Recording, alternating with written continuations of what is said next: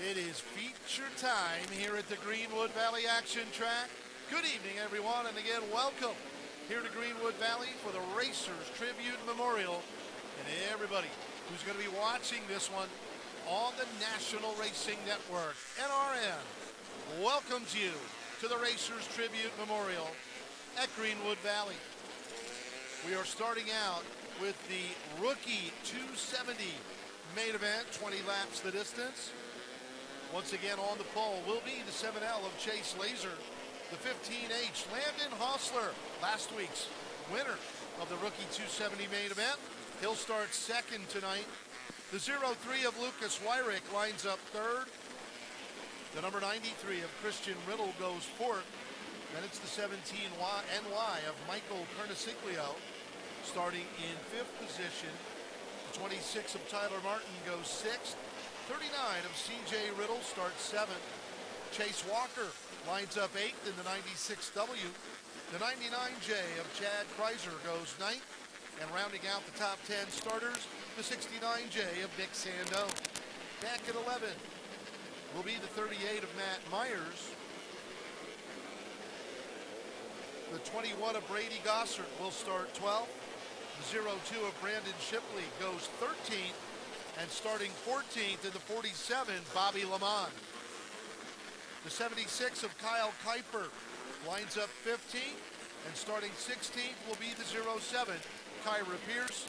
The 53S, making her micro sprint debut, Shannon Slaughter, will line up 17th, and that is the field for the Rookie 270 main event.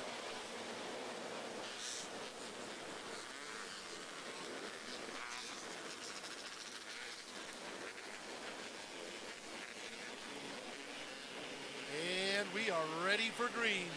No, we are not. Yellow light's still on. Hold everything.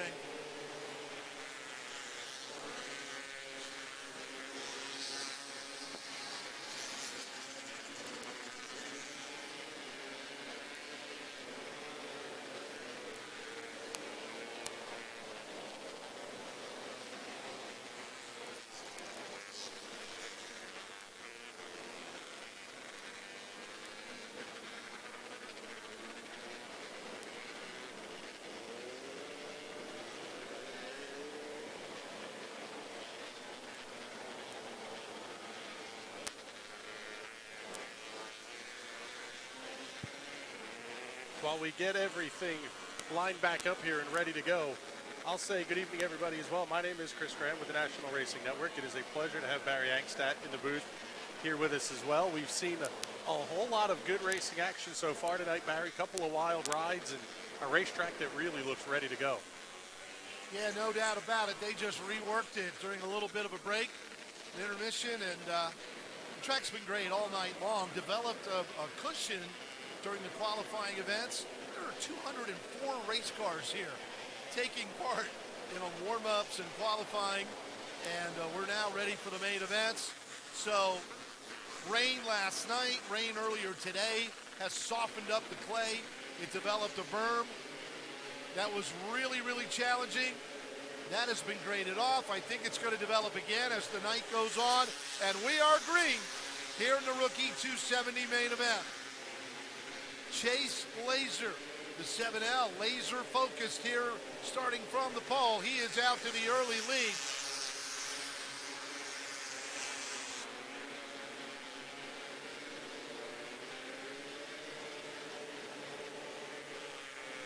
Laser showing the way. We are green over the first couple of laps. One car slow on the backstretch. Chase Laser, the leader, able to get by. That 76 of Kyle Kuiper. Laser already a healthy lead over the 15H of Landon Hostler. Hostler again was last week's winner. 93 of Riddle holding down the third spot, just in front of the 17 NY Perniciglio. Riddle now real wide, washed up the banking in turn 4. That allows Perniciglio to dive underneath. Battle for third, raging through turns 3 and 4. Oh, look out. Perniciglio hopped the right rear tire of the lap car. as Kuiper makes the left-hand turn to the infield. Hostler in second, just in front of the 93, Christian Riddle.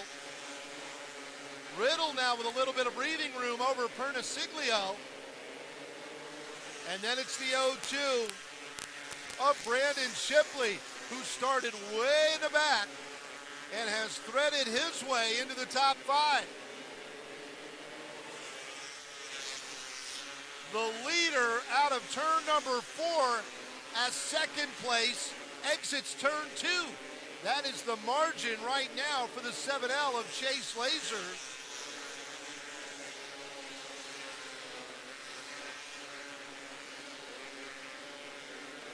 And we are yellow. One car coasting to a stop here in the front straightaway. Like Jerry had just given him the halfway signal. And then the 69J of Nick Sandone coasting to a halt here in the front straightaway, putting us under yellow. Hey Barry, that car, the 69J of Nick Sandone, is one of the John Racing entries. Jonathan John has a couple of cars that were entered in other classes tonight as well. Missed out on the Wing 600s, I believe. So not the best night for these guys. Long tow back there to South Jersey, but pretty neat to see the distance that everybody's coming from to run out here. Yeah, I was just going to comment on that. We've got race teams here from Jersey, Delaware, obviously Pennsylvania, even New York, into upstate New York. So 204 entries total, and representing at least 4 states, maybe even more. Yeah, actually, we have one car here tonight that's from Vermont. So there's state number 5. That is a long tow home for that race team. Wow.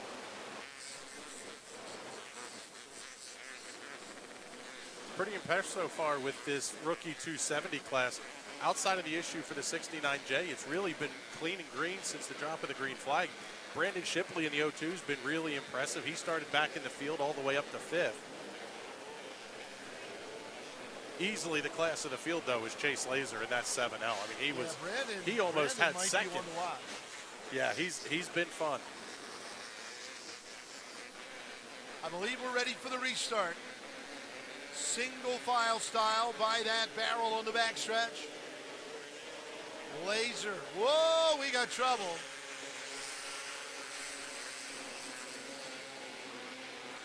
Lucas Wyrick spinning here in the restart. 0-3. Backing up the turn 4 banking.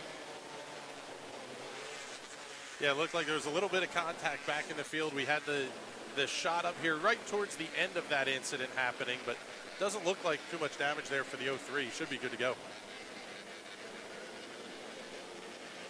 We'll get Wyrick pushed off, refired. He'll tag the back of the field.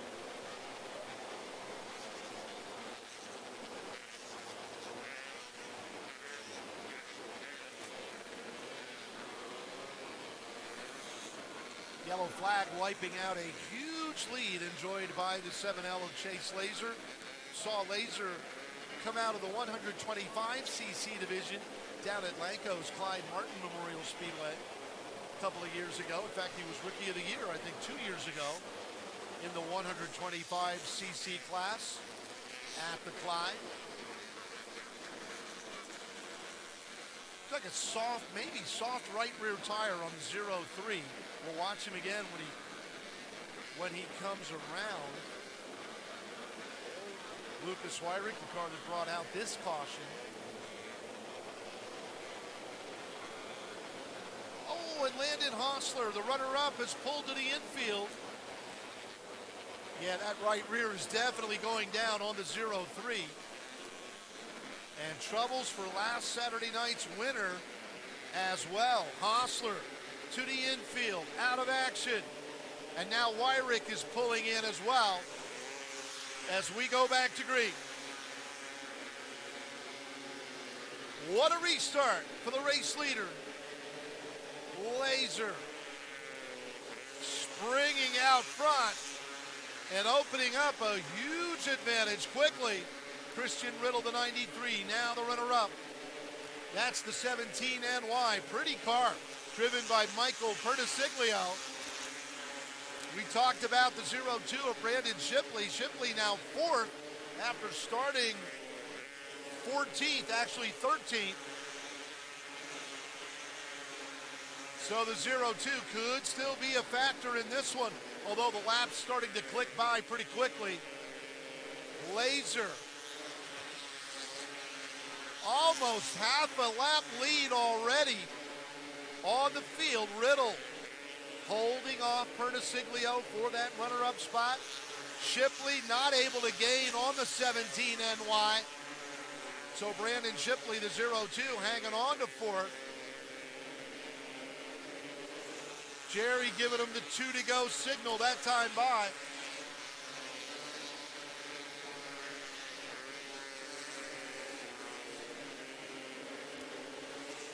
White flag to the leaders this time. Final tour of the Speedway. And the win will go to the 7L Chase Laser. Dominating fashion.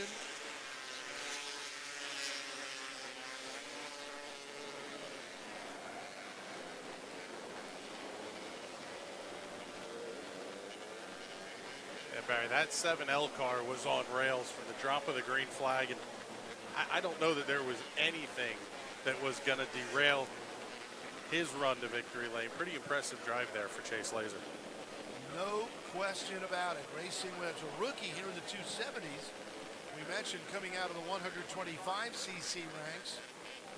But Chase Laser, wow. Not familiar with this racetrack. You know, that's a big thing. Chase has done just about all of his racing down at Blanco at the Clyde, but surely getting comfortable, very quickly here at Greenwood Valley. Congratulations again to the rookie 270 feature winner tonight, Chase Laser, the 7L.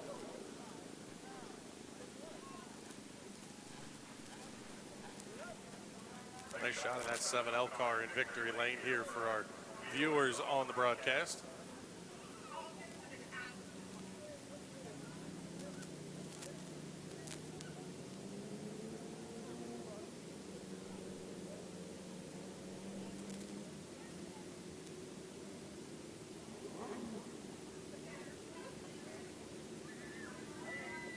We will do victory lane interviews at the end of the night.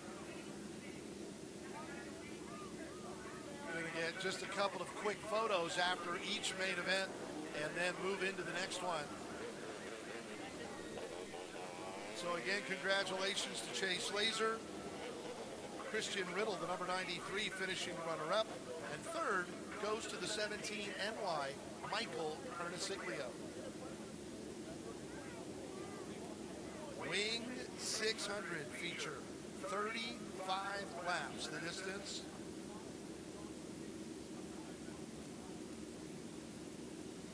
$27 starters in this one. And here's your lineup on the pole. Last Saturday night's feature winner here at Greenwood Valley in the number 91, Randy Kunkel Jr. His teammate tonight, the 91H, Hayden Miller, will line up second. Hayden, a former track champion out at Path Valley Speedway. And going third in the Power Mist SPF Race Products, number 20, that's Greg Stevens. Fourth starter in the Gift of Life, Driven to Save Lives, Hyper Racing, number 17M, Christian Bruno. And going fifth in the Thompson's Auto Care, number 11, Mike Thompson. Last Saturday night's runner-up in the 8C, Cody Hound, will start sixth. And going seventh, driving Jason Brown's number 59, out of New Jersey, it's on the fence, Kyle Spence. Eighth starter, looked real strong in his heat race. And the Donnie's Automotive, number 12M, that's Tyson Mowry. And starting in the ninth position, the 600cc Performance, Breath Racing, number 71, the Wheelmaster General, Timmy Buckwalder. 10th starting spot, out of New York, driving the number 95, that's Nick Fossey. And going 11th, sharp-looking, number 44 of Rodney Westhafer. 12th starter, looked really quick last Saturday night, moving into the top three, challenging for the lead, and then the car gave up on him. He's hoping to go the distance tonight, driving the number 12, Quinn Roberts. 13th starting spot, the Go Car, one of the standouts down at Spirit Auto Speedway and Airport Speedway. It's Richie Keller III, 14th starting spot. In the number 21, he's been a race winner here in the past, Zach Curtis. And going 15th, driving car number 71, he had the quickest lap in warm-ups tonight, Brian Kramer, 16th starter. Looks strong at a B main. In the number 7, that's Aiden Borden. And lining up 17th, the JPA Masonry, number 88J, the Big Show, Joey Amonte. The 10M of Preston Latimus will start 18th. And in 19th, the JML number 1, Will Urkuski. 20th starting spot, driving Dave Bodine's number 99, it's Brendan Bright. 21st starter in the Weichel Sportswear, Ken Cycle Repair, number 28M, Kenny Miller III. 22nd spot, the Hartley Hurricane out of Delaware, the 24T, TJ Grieve. 23rd position, the Reanimated Art Tattoo Studios, number 23, the High Sider, Bradley Brown. 48 of Derek Schwartz will start 24th, and going 25th, the McIntyre Tree Service, number 9, Keith McIntyre. 26th starter, former track champion here in the RTS chassis, number 15, Rob Pajawas. And 27th and final starter in car number 18, that is Corey Bauman. The driven East Coast, number 18, D1 of Corey Bauman will start shotgun on the field. Winged 600s, pulling away now.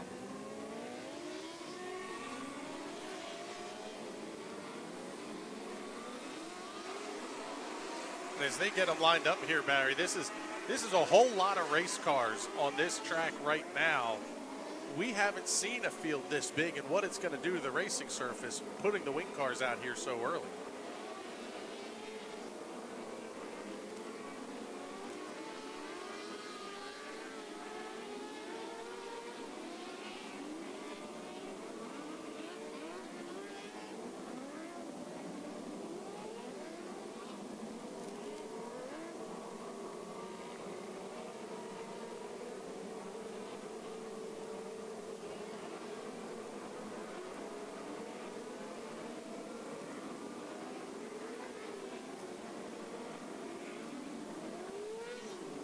Greenwood Valley, you can forget about the rest. You're looking at the very best, and we've got them 4 abreast. You won't have to wait. The ground's about to shake as the Super 600s go side by side and 3 wide here at the Racers Tribute Memorial at the Greenwood Valley Action Track. 35 laps the distance. Time to pick out your favorite. Who's going to be in victory lane at the end of this one?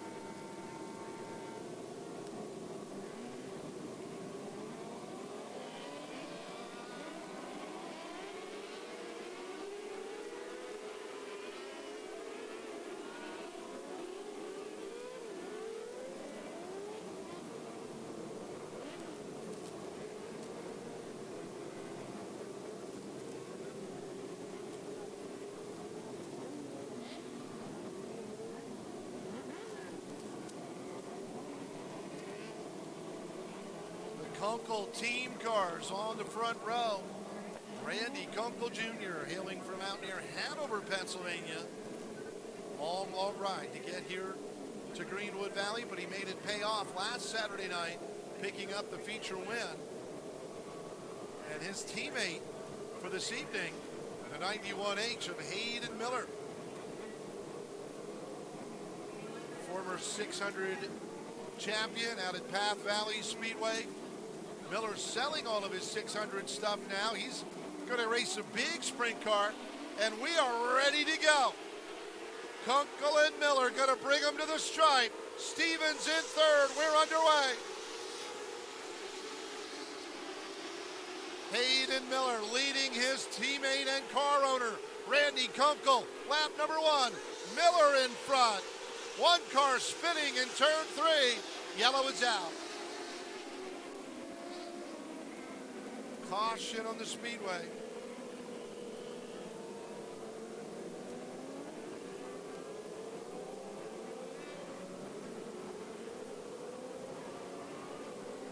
'48 of Derek Schwartz. The car turned around over there.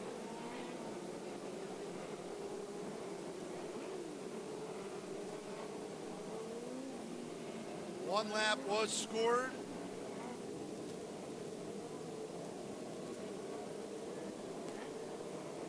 Tell you what, Barry, that could really change the complexion of this race already with single file restarts. Depending on where they're going to come into play, you're going to have cars half a lap down at the drop of the green flag. Yeah, that's a whole lot of ground to make up if you're starting near the back. We will see if Schwartz is able to refire. Oh, they signaled for the hook. Sorry, I missed that one. Schwartz going to need some assistance to get that car off the racetrack and back to his trailer.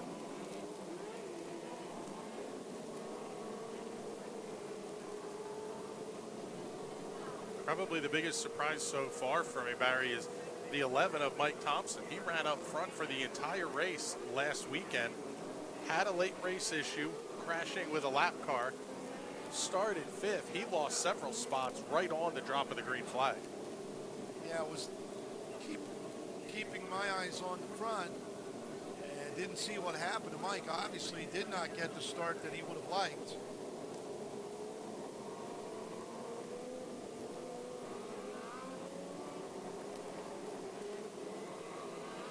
But it's a long race too, Chris. You know, we got one lap in, 34 to go. So Thompson's got some time to work his way back to the front. Yeah, they're going to bring the field to a stop here to get the lineup all squared away. That's really important. I mean, we've seen Joey Amantio rip the lip around this place and put on a show so far tonight. He's still fairly far back in the field, but a ton of time for some of these quick cars at the back to catch up. Yeah, they can work their way forward.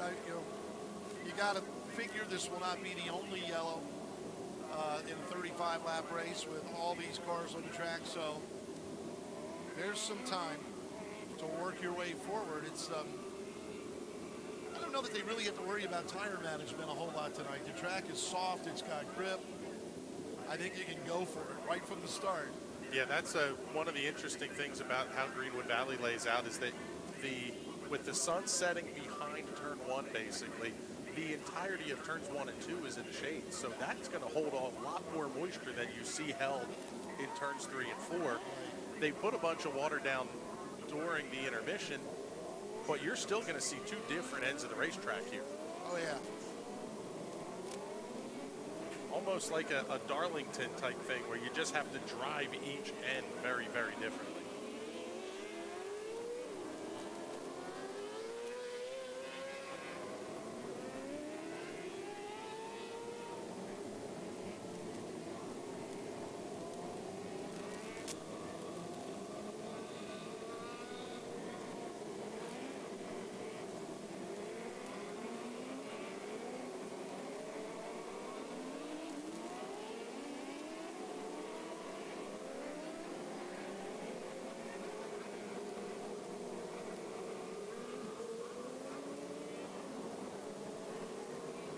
Getting ready to go back to green here, Barry. The leader's off at turn 2. Last place is just exiting turn 4. This is going to be an adventure pretty quick. Going by the restart barrel on the backstretch. Hayden Miller pulling the field back to turn number 1. And we got trouble in the middle of 3 and 4. Looks to be the 15 of Rob Pajalis. lot of jostling on that start. Drivers trying to make something happen. Not sure, can't get a real good look at that left rear tire on the number 15 until he heads through turns 1 and 2, but the right side looks okay.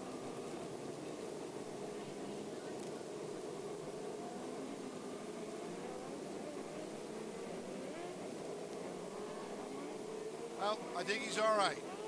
Left rear just didn't look quite normal when he pulled away, but now it seems fine.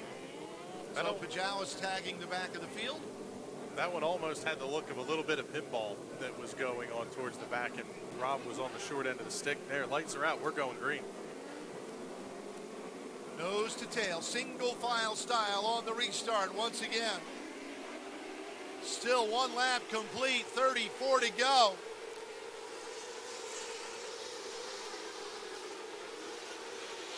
Hayden Miller showing the way over Kunkel. Greg Stevens dipping down to the inside, trying to challenge Cody Houck. The 8C moving in on the number 20 of Stevens.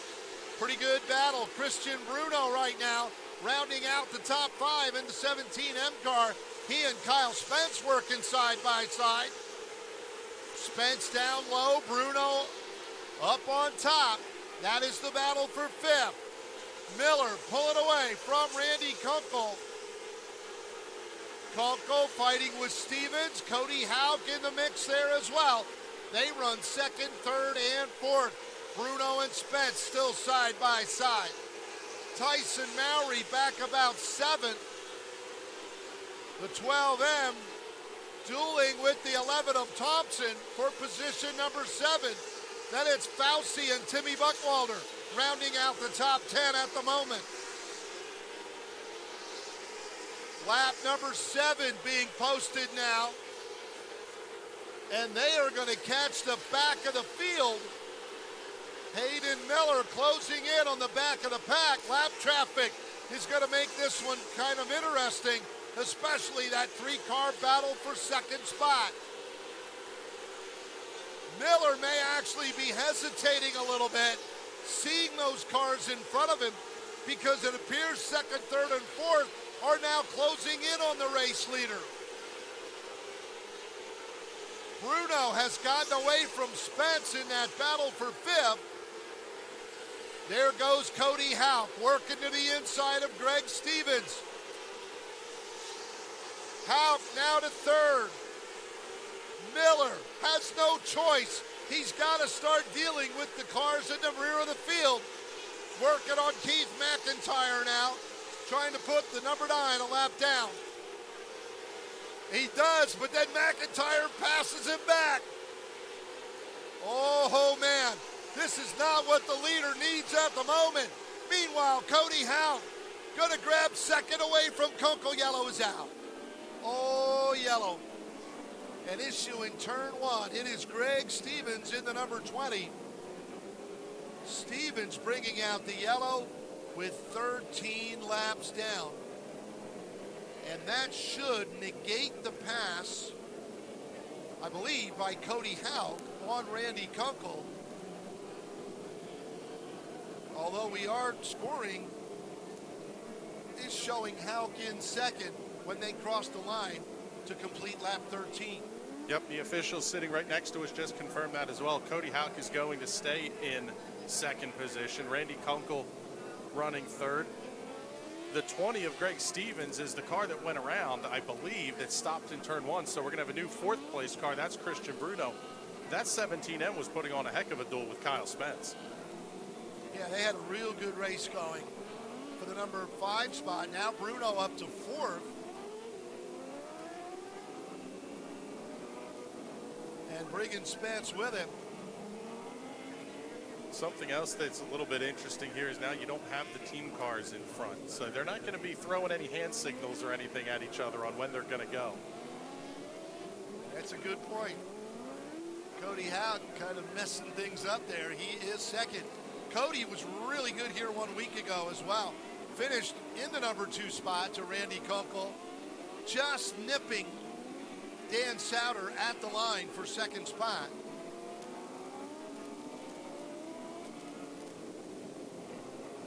So Cody Half, certainly one of the major players. Bradley Brown just headed pit side in the number 23.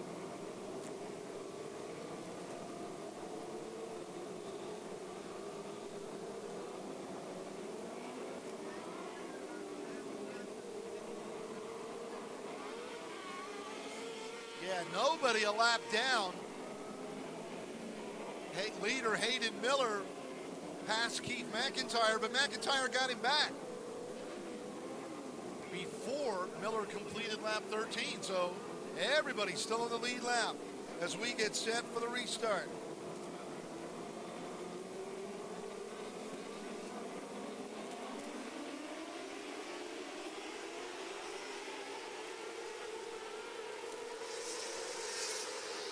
Back to green flag racing. Miller, Houck, Kunkel, top three. Christian Bruno battles again with Kyle Spence. This time it's fourth position, number 4. Bruno up top now. Houck starting to throw some haymakers at the race leader. Miller running the high side. Houck working the bottom. Miller drops down to the low line in 1 and 2 to block the 8 seed. Houck in the leader's tire tracks now. Back to turn 1. Kunkel ripping the top, but losing ground to the top 2.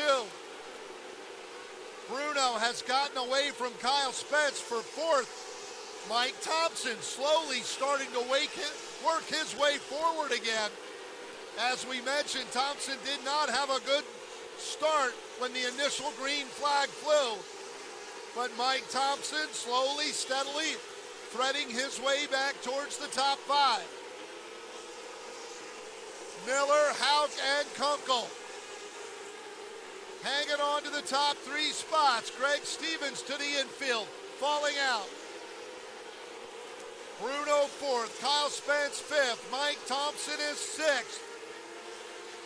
15 laps to go. Now make it 14 to go. And Cody Houck and Randy Kunkel went around. 2nd and 3rd spinning out in turn number 1.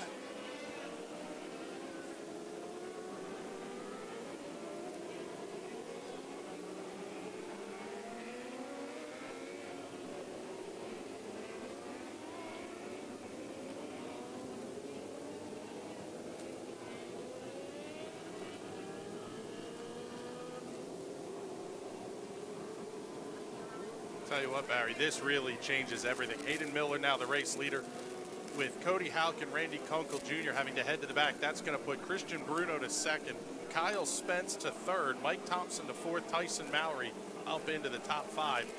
We got some big lumber now at the front of the field on this one.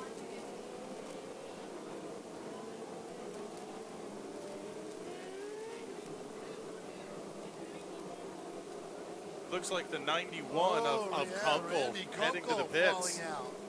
Wow.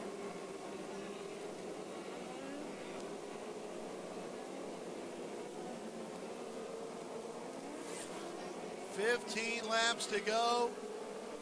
Everybody's still on the lead lap.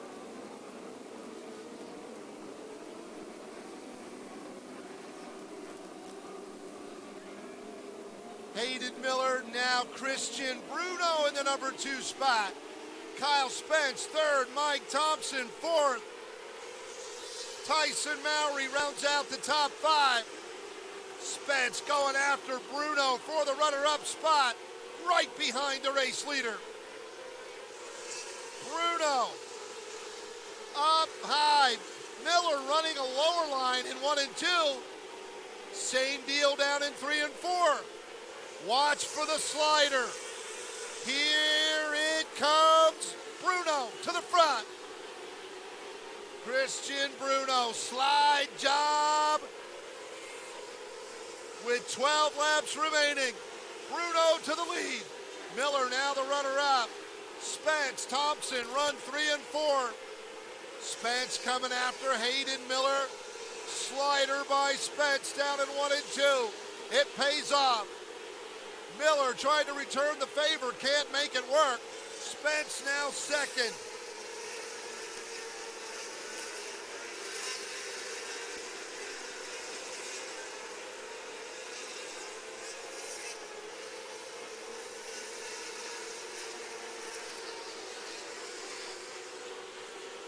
Laps winding down. Christian Bruno completing lap number 27.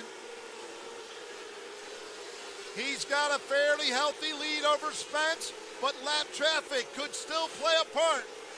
Hayden Miller about to give up third to Mike Thompson. Out of turn two, Miller fighting back down to the bottom. Thompson's momentum will propel him into that third spot. And how about Nick Fossey, the 95? Nick Fossey now running in fifth. Fossey started 10th but fell back. And he is coming on like gangbusters here. But the laps are running out. Fossey ducking to the inside of Miller. That'll move him to fourth. Bruno back to turn one, dealing with some traffic. Christian not wavering. He is up there running the little bit of cushion that has developed about 2/3 of the way up the banking. Cars near the back, all down in the bottom, giving Christian Bruno a clear path to get by. Checkered flag, Christian Bruno over Kyle Spence and Mike Thompson.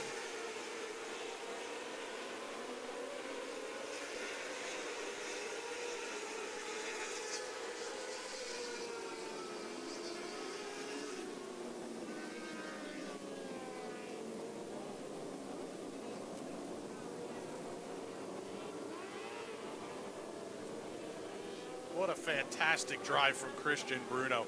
We talked about it watching Alex Lucas slice through traffic last week. That's what the difference here between Randy Kunkel getting the win and holding back in lap traffic and Christian Bruno going on the attack. He opened up that gap and never gave Kyle Spence a chance to catch up. Yeah, no doubt about it. Bruno was planted in that higher groove, not giving it up, and a lot of the cars that he encountered near the back, in the back of the pack, stayed in the bottom, and that just opened the door for Christian Bruno to zip right around them. Did a great job. Regular 270 feature should be in the staging area. Regular 270s in the staging area. We're ready to push out. We're going to be pushing out the regular 270s here in just a moment. Tell you what, Barry, not a bad payday for Christian Bruno. $800 to win on this one. That's approaching the payday that they announced for the wingless race. So all in all, whole lot of money going out of this place tonight. Yeah, again, got to thank the sponsors in that Wing 600 feature. Dave Bodine of Bodine Racing kicking in $250 to the winner's share and another $50 from Star Portables. Thanks to those folks so much for adding and making it an $800 payday for Christian Bruno. Christian's going to do some big car racing too. They've got a sprint car. They're waiting to debut as soon as some of the bigger tracks are allowed to open up. Mike and Brooke Fossey down there. They've taken Christian kind of under their wing and part of the driver development program. And what a partnership that's been. I know Christian won a big race at Shellhammer Speedway last year, the Shellhammer Slam, July 3rd, and picked up a win, I believe, up in at Lime Rock in New York also later in the season, and has just been coming on. And this one, I'm sure, is going to rank at the top of the list. There's a kid that probably won't sleep tonight. But congratulations, Christian Bruno. What a story. For those of you who may not know, his family was involved with Gift of Life program, organ donation, for a long time ago, way before Christian was born. And I think now it's about 16 years ago, Christian's mother was the recipient of a liver transplant. Christian is only 15 years old. So had that liver transplant through the Gift of Life, not happened, there would be no Christian Bruno right now. So they, of course, have become even more active with the Gift of Life program and Driven to Save Lives as well. And just a really, really cool family, cool story.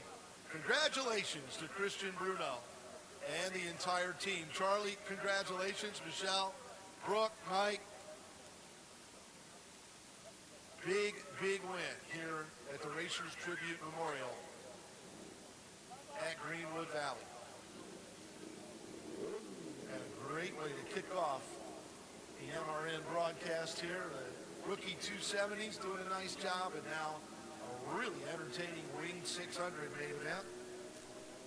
Yeah, this one has been a blast to call so far. We've had a whole lot of fun out here tonight. Unfortunately, we're not able to live stream it, but putting it up after the fact, it kind of lets us kind of condense things down a little bit so the race fans don't have to be out late with us here at the track. And pretty cool. Got to say a big thank you to Greenwood Valley for letting us come back out here and put on the big show again.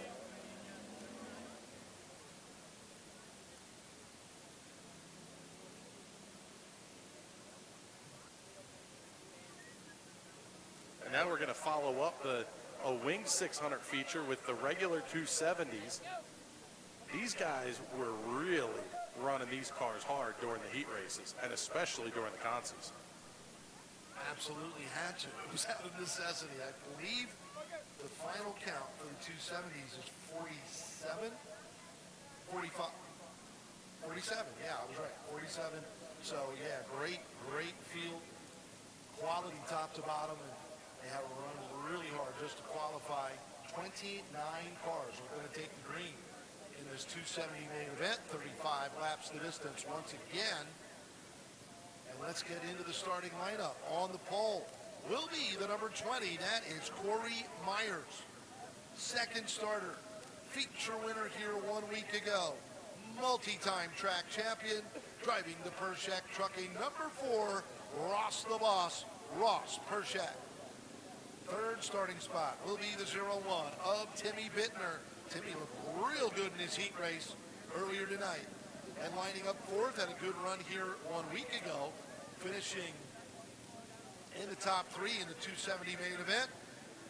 Driving the number 14, the Rocket Man from Fleetwood, Jason Swavely. Fifth starting spot, one of the veterans of this division and micro sprints in general. Had a great career up here at Clinton County Speedway in the number 92, Jeff Weaver. Lining up sixth. He's been the king at Linda Speedway over the past few seasons. Tonight, driving the Professional Dental number 21K, it's TK Tommy Koonsman Jr. Seventh starter in the number 15K, that is Kyle Stahl. And going eighth, what a success story here at Greenwood Valley, the number 43, Quinn Roberts. Ninth starting spot. The big sister defeated the younger sister in the heat race. Now let's see what Big Sis can do in the main event. Lining up ninth in the number 91, Rachel Godusky. 10th starter, one of the regulars down at Clyde Martin Speedway. Picked up a big feature win last season out at Half Valley. Tonight, driving the number 5X, it's Billy Logeman. 11th starting spot. The DC Eager Environmental Services number 99, Cliff Bryan Jr. And going 12th, driving car number 24, that is Ethan Spots. 13th starting spot, 4-time winner down at Clyde Martin in this car 1 year ago. It's the number 19A, the High Sider Bradley Brown. 14th spot in the number 15C, that's Brian Hess. And going 15th in the Halliday Trucking, number 98, Mason Peters out of Shikshini, Pennsylvania. 16th starter. You will not miss this car on the racetrack this year. It is quite the patriotic graphic scheme. The number is 2020, and the driver, Corey Schmuck Jr. 17th spot, always beautiful race cars. And this year's is no exception. One of the kingpins out at Linda Speedway. on Friday nights in the Gutschall's Automotive. Moose's LZ, number 41, Mike Boyer. I love to hear him scream for Mike Boyer. 18th starting spot in the number 69, that's Cameron Smith. And going 19th, the driver of the number 7, Nathan Bacon. The 55, the veteran in the Viper chassis car. The 55 driven by Pete Skias. 21st starter, the 1F is Rick Francis. And going 22nd, he has won them all. Big races, going back to the days of Border Speedway. He's driven all over the Northeast and won all over the Northeast.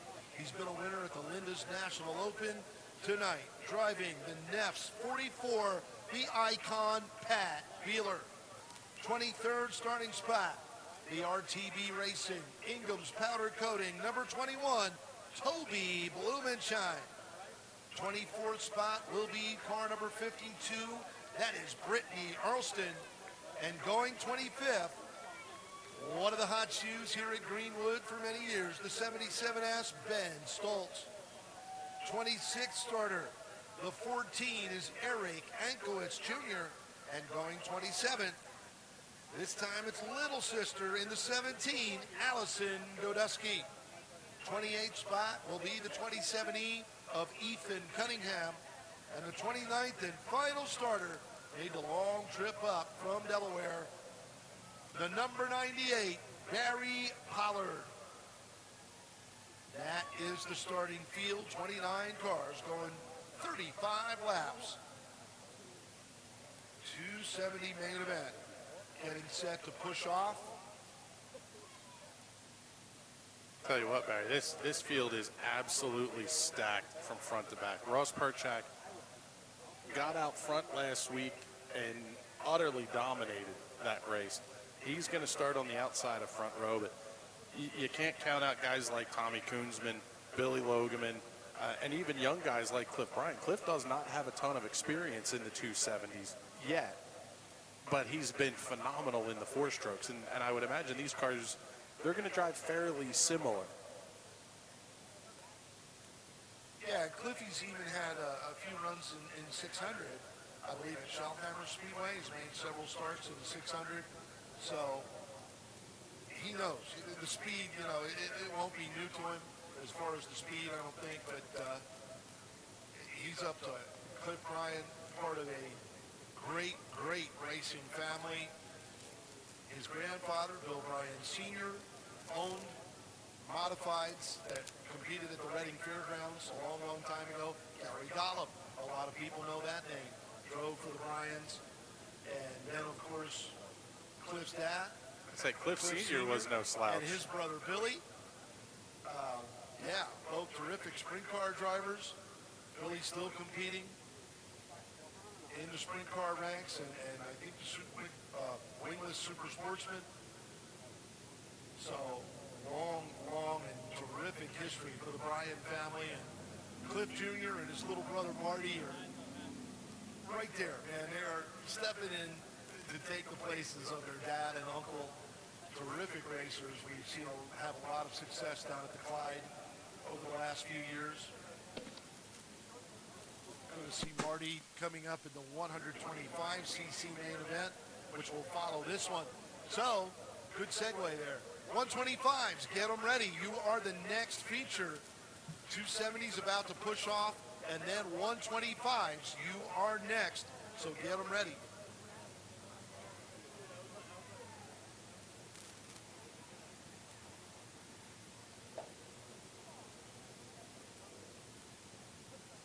Rookie 270 and Wing 600 payout is available at the concession stand. Please do not storm the tower. We have no money up here. But the Rookie 270 and Wing 600 payouts available at the concession stand. One of the other guys that I'd like to give a little shout out to is Mason Peters, driving that pretty brown and white number 98 there on the front straightaway. Mason is among the many talents that these drivers have, Mason is a phenomenal woodworker, and he puts together the trophies every year. for the skyscraper down at Bridgeport. He did a couple of those each year. He's putting together an award for us that we're going to do in memory of TJ Kingsland and Danny Serrano, who were two just stalwarts of the sport. Maybe not as familiar to the Central PA crowd, but I'm pretty sure everybody had a Bridgeport Speedway flyer on their car at some point.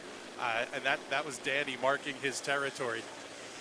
Really, really neat stuff. So we want to say a big thank you to Mason, who's going to help us out and put that award together. So really multi-talented drivers behind the wheel as well.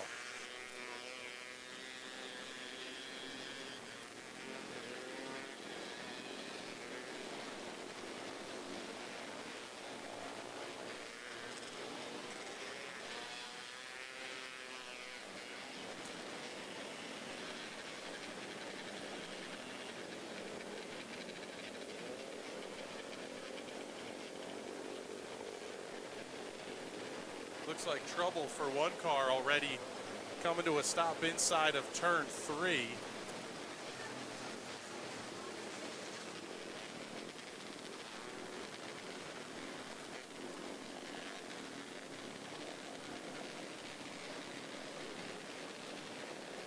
And Chris, no one among the top 6 starters has taken the challenge to go to the back of the pack. That does $250 just, I guess, was not enough enticement you know to what? get him to go to the rear. I was going to say, that doesn't really surprise me because No, something me tells either. me passing will be a little bit difficult in the 270s out here.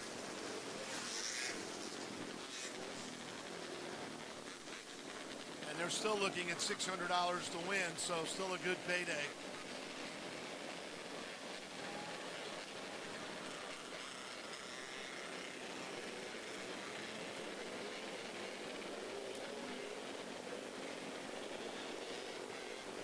That says a whole lot about the strength of the field, that nobody thinks you can come from the back and win this thing, even with some of the strong cars we have at the front.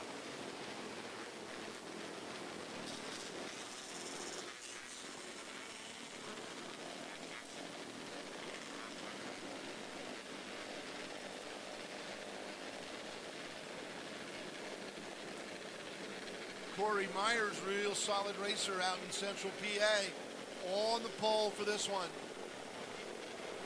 Definitely a threat to take the checker, but of course, he's got the king of Greenwood lined up next to him. Ross the boss.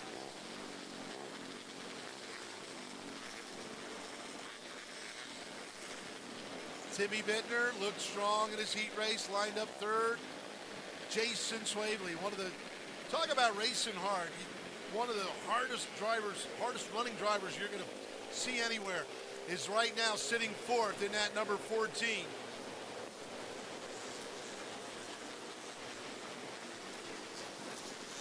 It is time for some hardcore, full-bore, foot to the floor, 270 action at Greenwood Valley. 35 laps the distance, and we are green. Pershak gonna grab the lead, finally wrestle it away from Myers. Coming out of turn 2, Ross leads lap number 1. Myers in the second spot. Jason Swavely took a run at him. Tommy Kunzman going to work on Jeff Weaver for the number 4 spot. 270s battling throughout the field. Meanwhile, up front, Pershak easing away from runner-up Corey Myers. Myers has gotten away from Swavely. Jason third, the 92 of Weaver in fourth, and the 21K of Kunzman rounds out the top 5. 43 of Quinn Roberts is sixth. Pershak already closing in on the back of the field.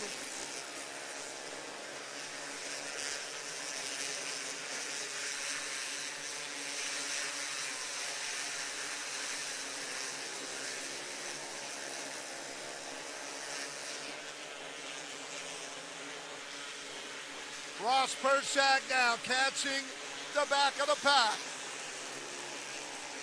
We talked about Cliff Bryan over an infield tire. and he was racing directly in front of the leader.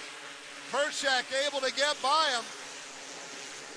Heavy traffic in front of the race leader. He goes to work on the 69 of Cameron Smith. Myers closing in on Pershak. Ross now right behind Ethan Cunningham in the 27E. Myers within a few, and the field bottled up. Some of the top runners involved over there in turn 2. A lot of bumping. Corey Myers, the runner-up, is in the infield. Myers picked up some damage in that altercation.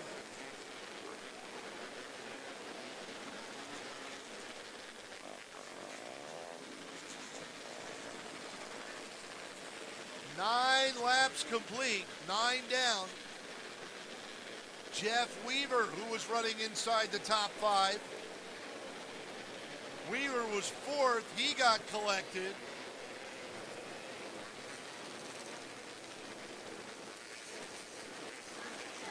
Looks like Weaver is going to be pushed off the racetrack, so that'll end the night for Jeff Weaver in the number 92. Seeing the 20 down in the infield, working on that race car. Cliff Bryan has been a bit of a pinball. He's been all over the place, really has a handful in the 99. And tell you what, don't look now, but the Rocket Man is running second.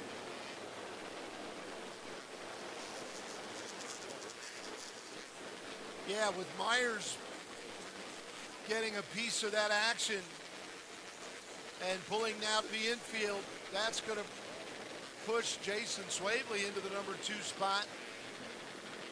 Weaver got collected, so Tommy Koonsman moves up. He'll restart 3rd.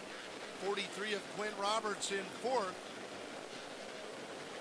91 of Rachel Godusky rounding out the top 5. 01 of Bittner in 6th.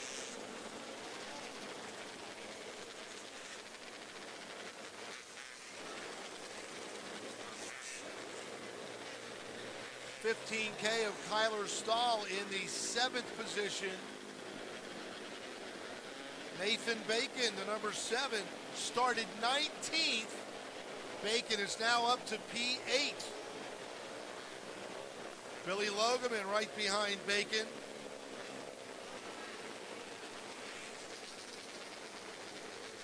Logeman will restart 11th.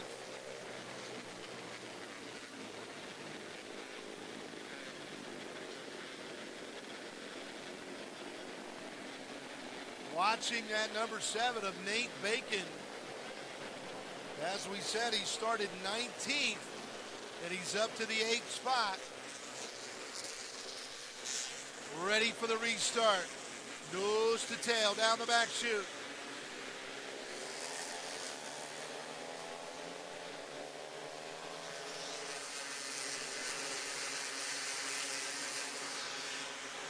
Back to green. Pershak got a great restart.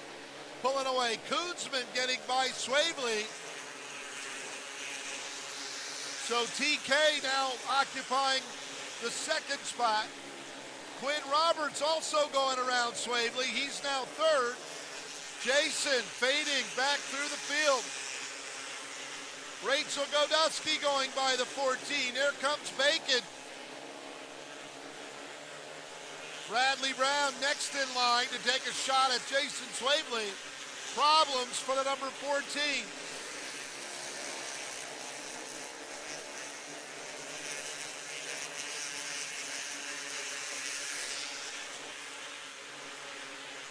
Pershak will be in traffic very, very soon. Once again, he is about to complete lap number 15.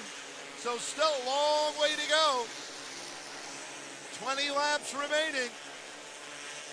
Pershak catching Ethan Cunningham at the back of the pack. Can't get by him. That allows Koonsman to close the gap.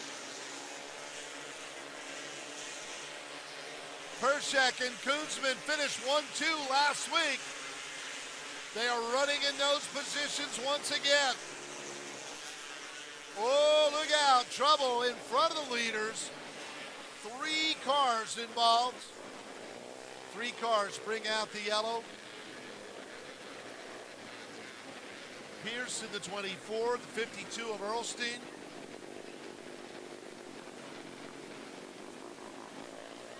Or I'm sorry, not Pierce, but the 24 of Ethan Spots. Spots pushed away, refired. 77 of Stoltz involved as well. Brittany Earlstein already back underway. There goes Stoltz. Engine coming back to life for the number 77.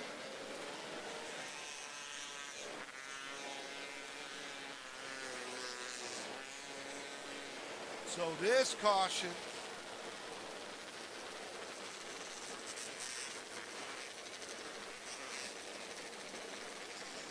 with 16 complete.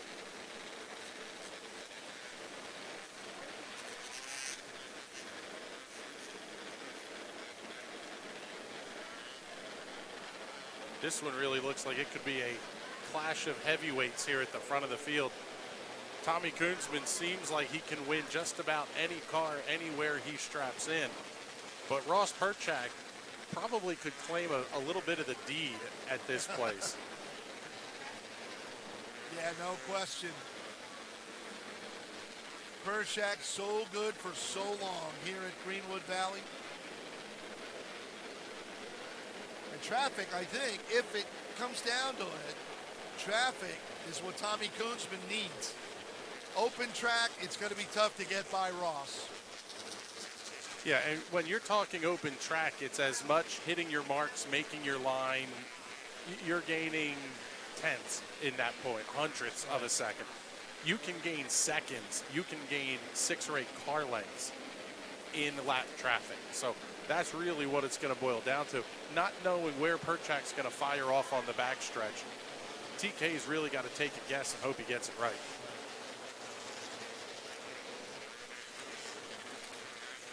Caution lights are out. We're ready to get back to it.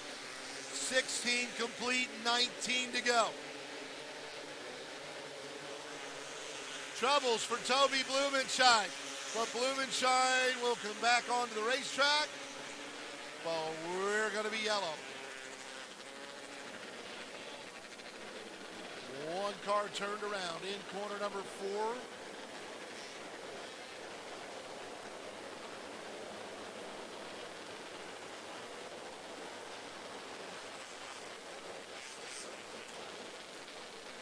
Looks like that one might be Brian Hess in the 15C that went around down there. Yep, get a good look at the wing on the side of that machine as they get it spun around and fired back off of turn 4.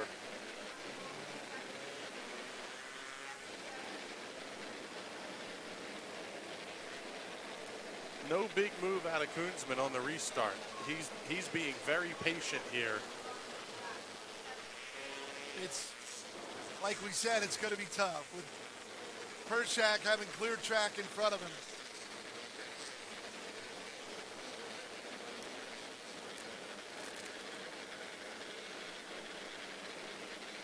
Quinn Roberts is third.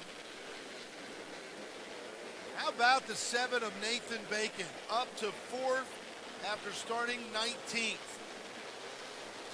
91 of Rachel Godusky, rounding out the top 5.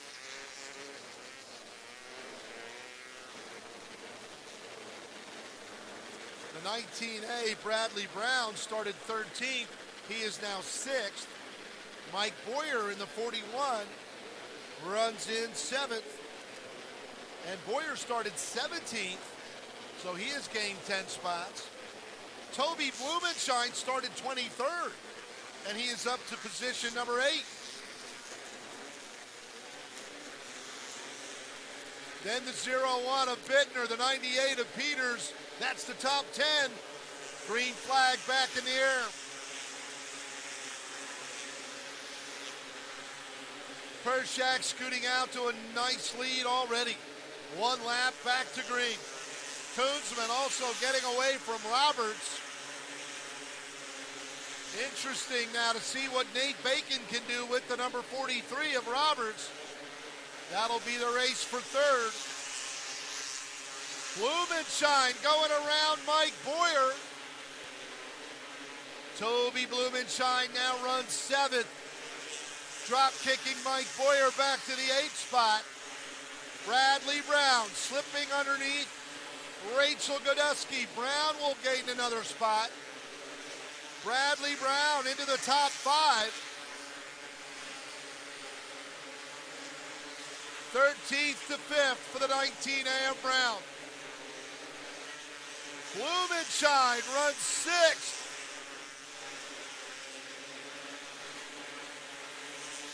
Pershak back into traffic, out of turn number 2. He's got maybe 4 car lengths on Koonsman, but Ross is dealing with some heavy traffic. Tommy's got to get by the cars as well. Here comes Ross the Boss. He puts lap 24 on the board. Into turn 3, he'll go to work on Ethan Spots now. 10 laps to go, 10 to go. Koonsman still within striking distance. Tommy clears Ethan Spots. Brittany Earlstein will be next for Ross Pershak, the 52 in front of the leader. This could be what Tommy Koonsman needs. If Pershak gets trapped or hesitates, Koonsman is there, ready to pounce. Quinn Roberts still third, Nathan Bacon fourth, Bradley Brown fifth. Here come your leaders, back to the stripe. 6 laps to go, yellow. Yellow is out.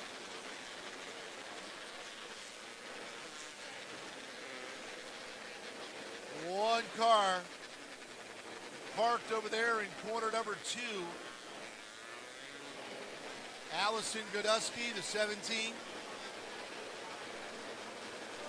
See her boyfriend Cody Siegel's name on the top wing of that car. Cody normally driving that machine out here, but recovering from a little bit of a medical procedure. So we want to send good wishes to Cody, but Allison was really giving that car a good run tonight. Yeah, no doubt. She nearly won her heat race. And then qualified through a consolation.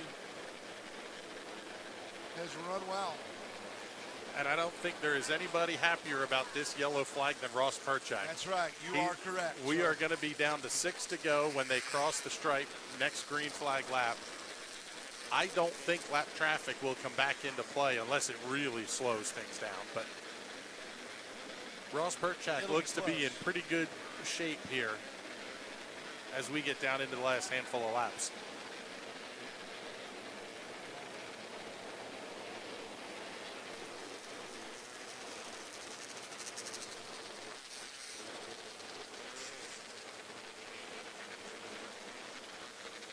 "28 laps complete, 28 down, 7 to go. 7 laps to go.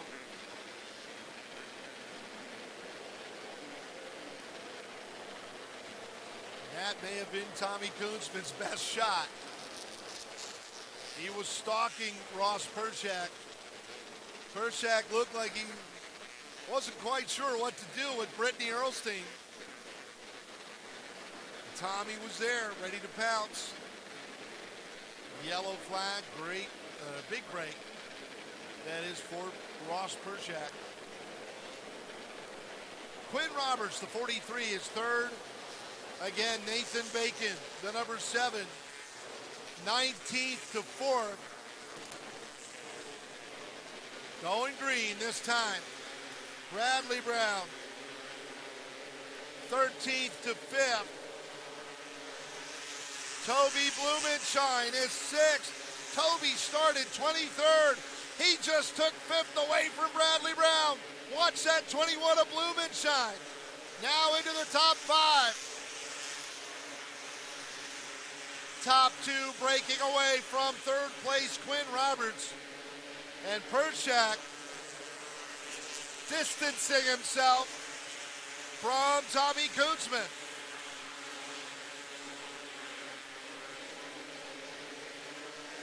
Four to go, lap 31 complete.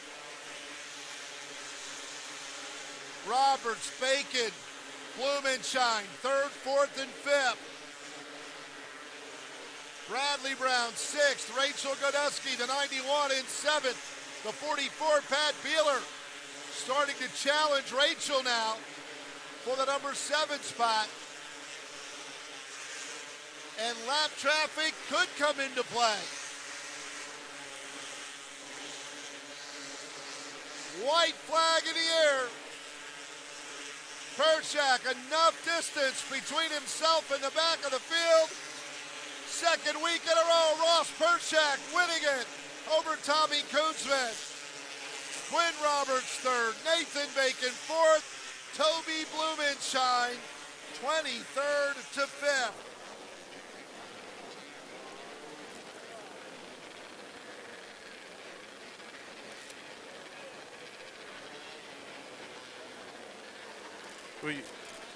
You hear about what lap traffic giveth, lap traffic can taketh away, and we really saw everything line up just right for Ross Pershak tonight. When he started to hit lap traffic, they got the yellow that he needed to give himself the gap back over Tommy Kunzman. On that last restart, just not enough time to get into that lap traffic, and that really sealed the deal for Pershak. Yeah, a few more laps, and it may have been a different story, but yellow flags helped a lot. The timing of the yellows, we should say, helped him a lot, no question. What a great drive. Once again, for the Pershak Trucking, number 4, Ross Pershak, victorious. $600 payday.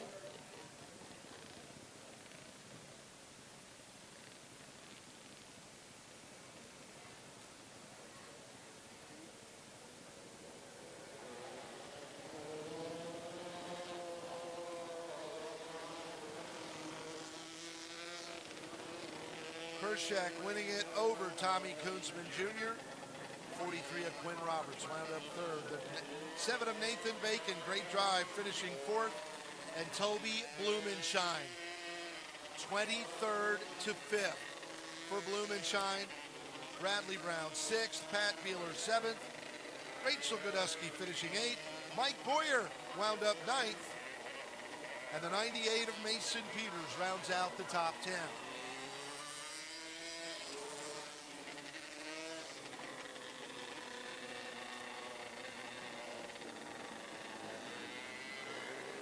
The 125cc class is next.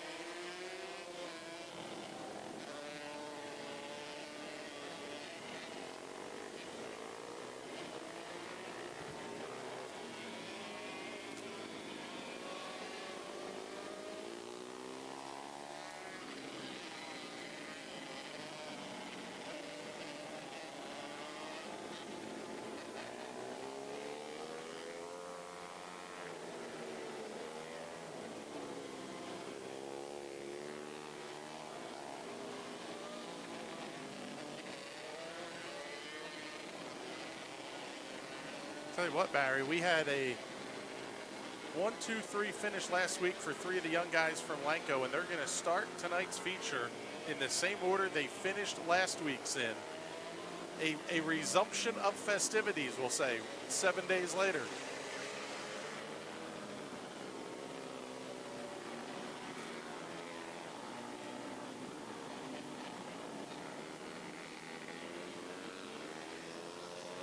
is last week's 125cc winner, Alex Lucas. And he is going to start on the pole here tonight. 15 laps the distance for the 125cc main event.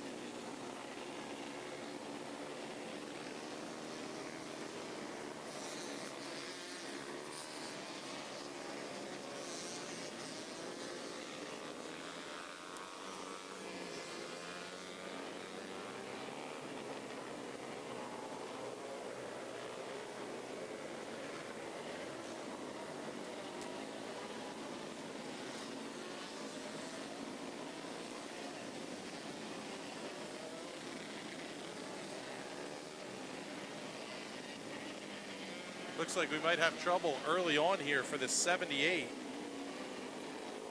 Sarah Borer behind the wheel of that one. That looked like the right front might have been pointed out a little bit goofy on that one. We'll see. Looks okay as she comes off of turn 4, but let's run down the starting field here for the 15-lap main event for the 125cc division. 44X of Alex Lucas on the pole. Then it's the 16 of Marty Bryan in second. 99, Cliff Bryan Jr. will go third. 98 of James Roselli starts fourth. 08, Jason Paisley in fifth. Jillian Maurer, the 25, lines up sixth, and we are green.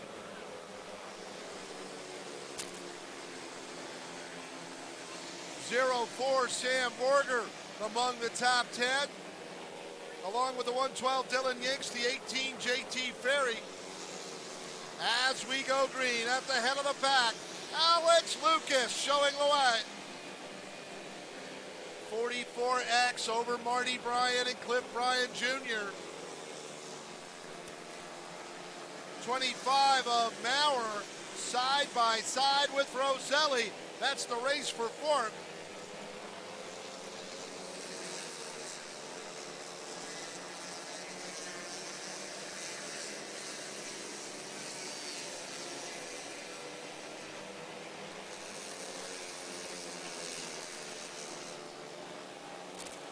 Whoa, we got trouble. Corner number 4. Leaders have to navigate their way through it. The 112 Dylan Yinks and the number 4 of Ronald Singley.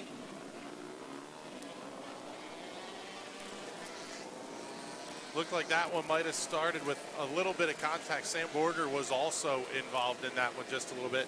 That kind of pinballing off each other, you get the wheel knocked loose in your hands, and the 112 of Dylan Yinks having the initial issue, and then the 4 making pretty solid contact with the right front. Yeah, I caught the tail end of it, and that was the part I saw too. Pretty good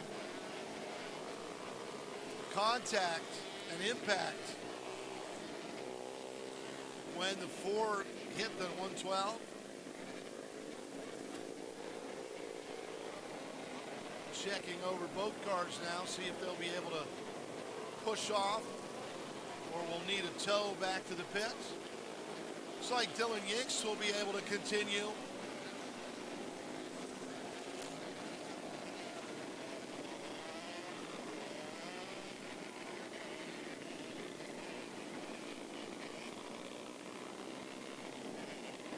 Looks like the hook will be coming out for the number 4, so I guess the damage on the right front of that one just a little bit too much to take.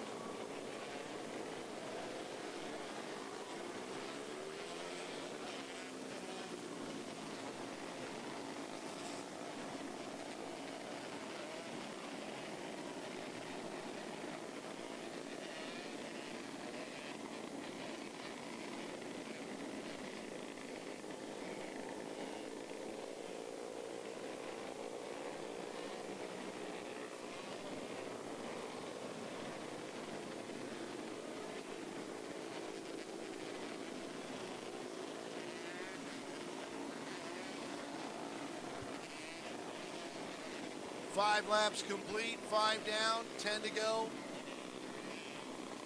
Singley's car towed to the infield. It was interesting to watch on the initial start how Alex Lucas actually had a little bit of trouble. Looked like the car got loose off of turn 2. Marty Bryan was able to catch up, but Lucas really got the hammer down well coming off of 4 that lap and opened up a sizable gap that Marty Bryan wasn't able to eat into. And that in itself is surprising. Marty and Cliff Jr. also a lot of power in those 4-stroke engines. Of course, the top 3 all running the 250cc 4-stroke power plants that are competitive with the 125s. They race together at several tracks.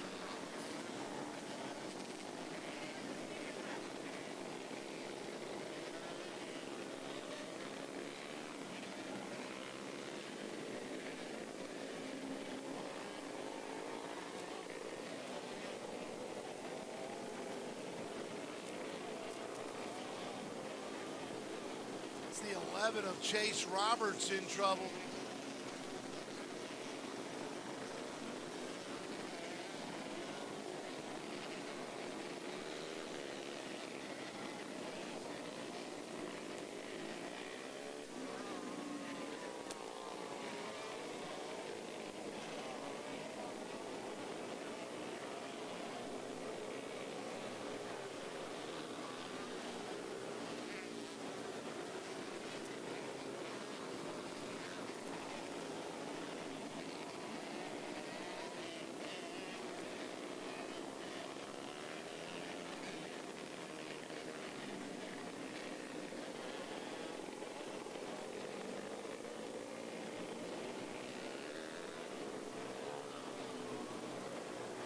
Looks like the number 11 of Chase Roberts will be pushed to the infield. His night will be done.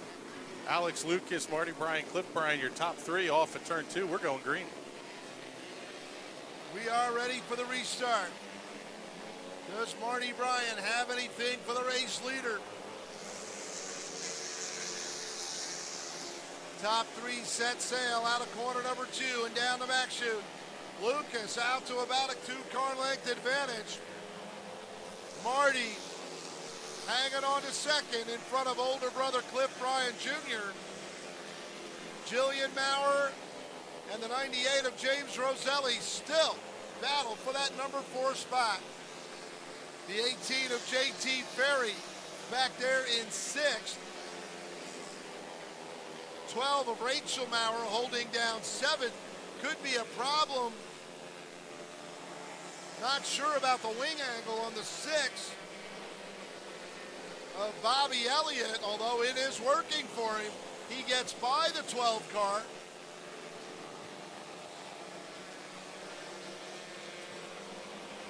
And the leader starting to deal with some slower traffic. Oh man, Marty just got trapped. Marty Bryan stuck behind a slower car, and that might be the opening for older brother Cliff to go by. Battle is for second. As Marty got hung up, Alex Lucas opened a lot of daylight. They were 3 wide now. The Bryan brothers and the 78 of Sarah Borer. Cliff Bryan now in the number 2 spot.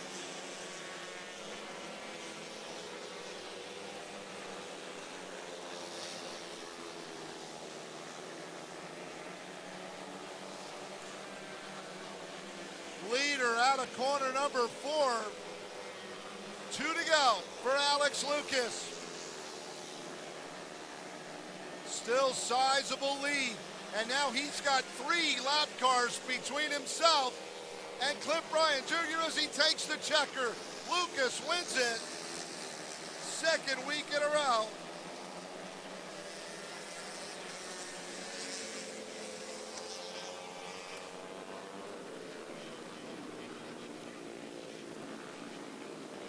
This should be a high holy weekend for the Pain Tour folks that follow Alex Lucas and help sponsor that machine. Should be Indy 500 weekend, and give these guys something to celebrate.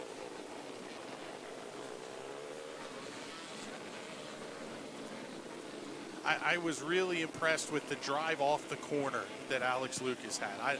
I don't know if that's gearing, if that's torque in the motor, where they were making that speed, but Lucas' team and the Bryans team, they're parked next to each other every week. They are very close. There's a whole lot of good stuff going into all those motors. Oh, yeah. Alex Lucas just had more drive off the corner. It was impressive tonight. I know last week after the races, Alex and his dad gave a lot of credit to Cliff Bryan Sr. for helping him out and putting a lot of work into their motor program and making them a lot faster. Pays off again here tonight. Second week in a row, Alex Lucas, the Integrate Systems number 44X, winning it for all of his Pain Tour friends and supporters.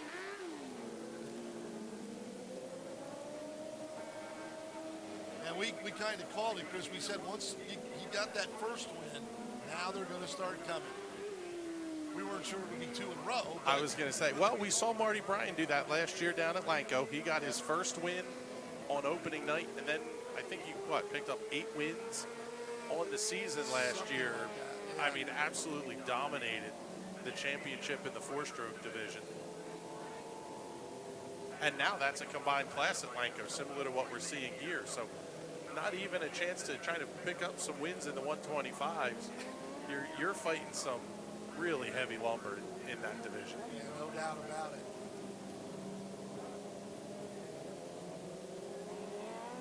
And that kid right there in the winner's circle is going to be he's a contender week in and week out.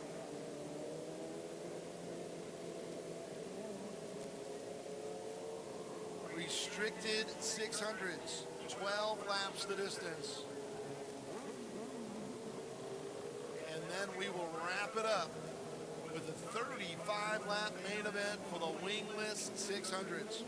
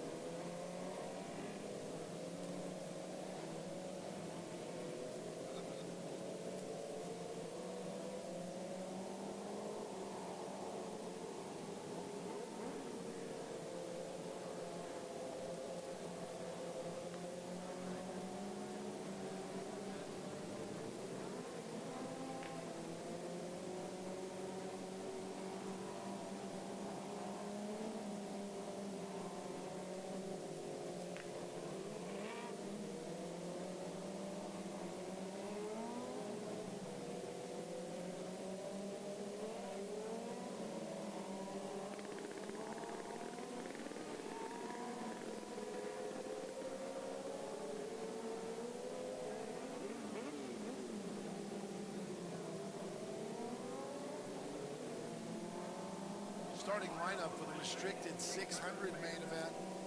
Again, this one will be 12 laps in distance. On the pole, the driver who was the winner of this race 1 week ago, the number 51, Jaden Harmon. And lining up second will be the number 18 of JT Ferry. The 12 of Jacob Homnick will start third. Going fourth, Dominic Schmidt in the 08. Timmy Bittner, the 01, will start fifth.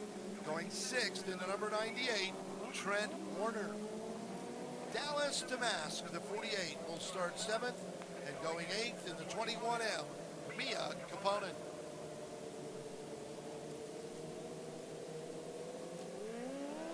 Eight cars scheduled to take the green.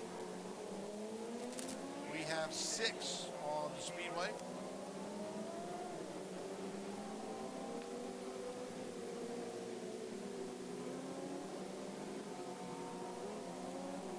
This class is really kind of interesting as a development level in the 600s. You might have thought the progression would have been 125 4-strokes, 270s, maybe a sportsman class in there, and then you make the leap to 600s. We're seeing kids go from quarter midgets to the restricted 600s, and they're ready to go. Logan Rumsey's proof of that. Oh, no doubt about it. Tyler Henry is another name moving up. Hunter McFadden, I know, competed here tonight with the regular 600 class. And yeah, they all cut their teeth here in the restricteds just a year or so ago. So it is a great starter class. Put the restrictor plates on Other than that, it's a 600. Same thing.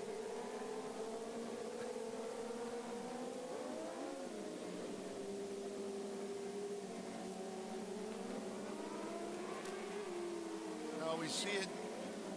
There's JT Ferry, who just competed in that 125 race. So JT had to hop out of one car, get buckled into this one. In other parts of the country, it's restricted 600s for the younger drivers. That's what they've got. They don't have a lot of the other classes that we have here. Big class out at the Tulsa Shootout. The National Open Wheel 600 series that runs throughout the Midwest. They've got a real strong restricted class. So good starter division, and here we go. 12 laps the distance.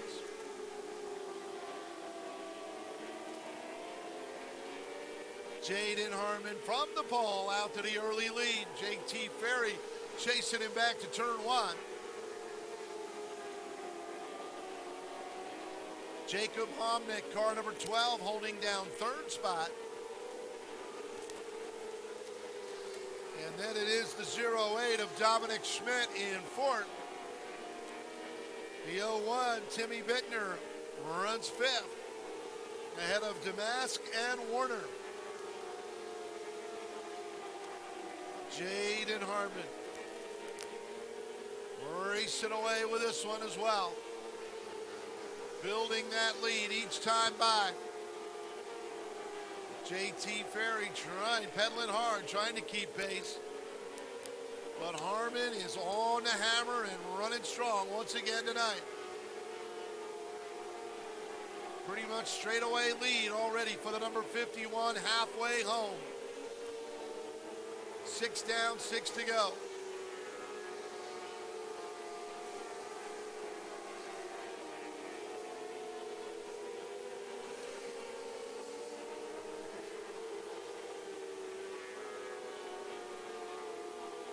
Here comes your leader out of corner number 4. Runner up going by the flag stand now. Hobnick closing in on the number 18. Could see a challenge for the runner-up spot over the next few laps as this one winds down. 2 to go this time. Jacob Homnick in the 12. Trying to run down and challenge the 18 of JT Ferry for second. White flag. Final lap.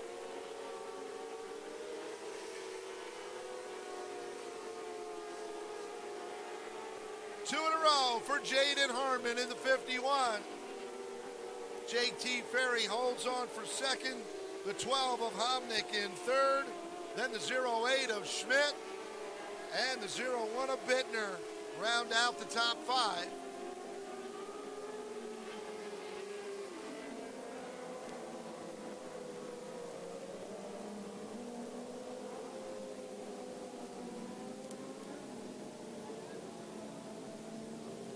I would imagine with the restrictor plates on these motors that it's really about keeping your foot down and keeping that momentum build up.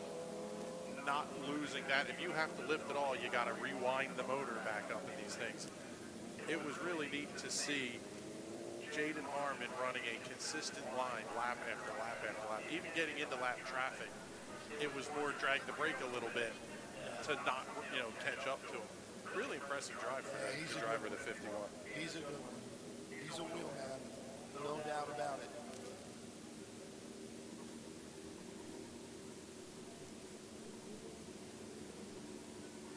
And there was one more to go.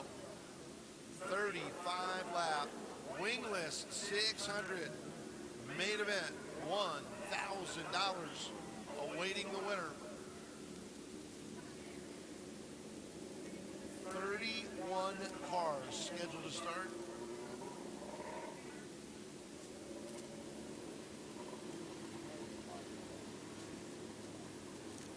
And we'll let several more get out onto the racetrack before we get into the starting lineup. One of the neat things to see is during the heat races and especially the consolations, we had that pretty sizable berm that had built up. That's not out there right now. There's a lot of loose stuff up to the outside, a lot of room for these guys to play and hunt for grip as this thing goes on. This racetrack will slick off significantly as we get through 35 laps.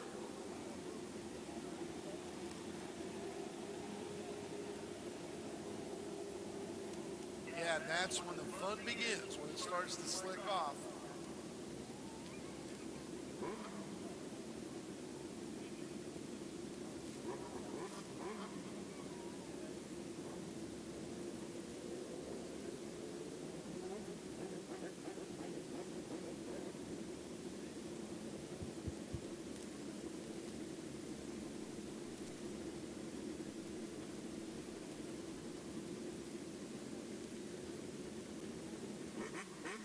Check.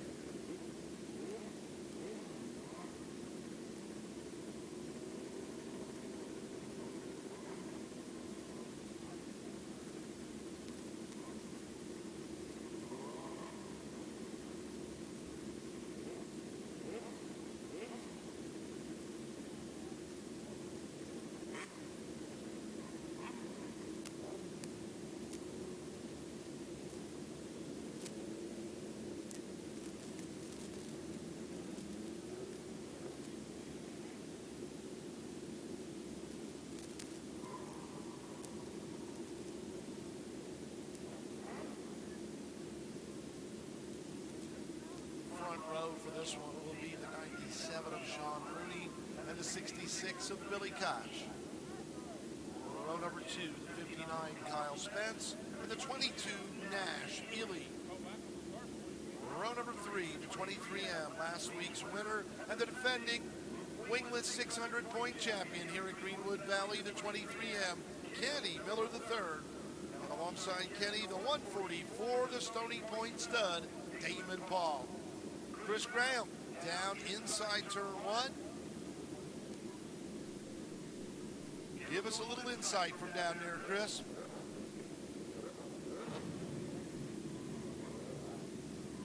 All right, Barry. Hopefully you guys are able to hear me out here. See if we can't sneak a quick word in here with Kenny Miller. Kenny, this thing was quick all day. How are you feeling going into this 35-lapper? I mean, I feel pretty good. We're going to have to see how the track winds out and see if we can make some smart passes and get to the front. All right, buddy. Good luck. Thank you. Alex Bright down here as well. Alex, this car is quick every time you guys are out here at Greenwood Valley. What are you thinking as we get ready to turn 35 laps? On the race, we got a good car tonight, so we're going to go for it and get the $1,000 tonight, hopefully. All right, buddy. Good luck. Thank you. We'll grab one more here. We'll see if we can't get Bobby Butler. Bobby, you got a little bit of work to do in this one to get back up towards the front. Do you have a plan, or what's the thought? Yeah, I think the plan is going to be go where they're not for the most part. Put the cars behind me. We're getting used to the new car here, and right now I'm really happy with it after the heat race. Hopefully we can keep going forward in the future. All right, buddy. Good luck. Barry, we'll send it back up to you. Thanks, Chris. Great job down there. Taking you through the first 3 rows of the starting field. Row number 4 on the inside will be the Wheelmaster General in the 71, Timmy Buckwalter. And alongside Timmy in row 4, the 44, Zach Beeler. 5th row, Chris just talked to him, the Phenom Alex Bright in car number 20. And the winner of the wing race a little while ago, the 17M, Christian Bruno. Row number 6 will be the 18 of Jared Lilly and the number 4, Mike Linderman. Row number 7 on the inside, the 5B, the conductor, Bobby Butler, and the 50, Bobby Scherf. Row number 8, the R7 of Brendan Wright, and the 16, Nick Roth. 9th row on the inside, the 21K, TK, Tommy Kunzman, and the 42, Tyler Ulrich. 10th, row number 10,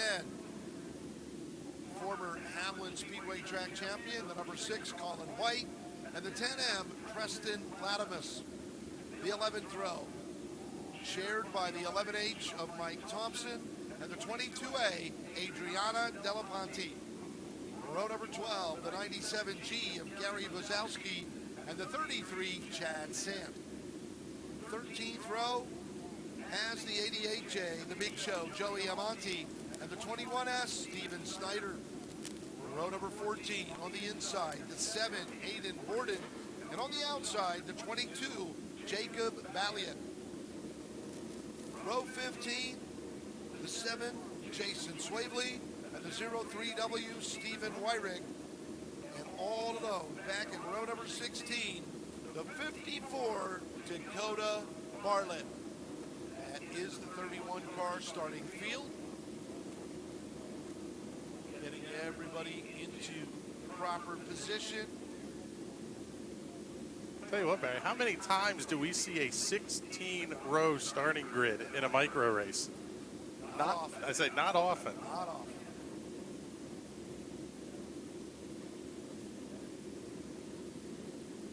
Every now and then at Action Track USA, but usually we're in the mid to high 20s, I think, the starting field there.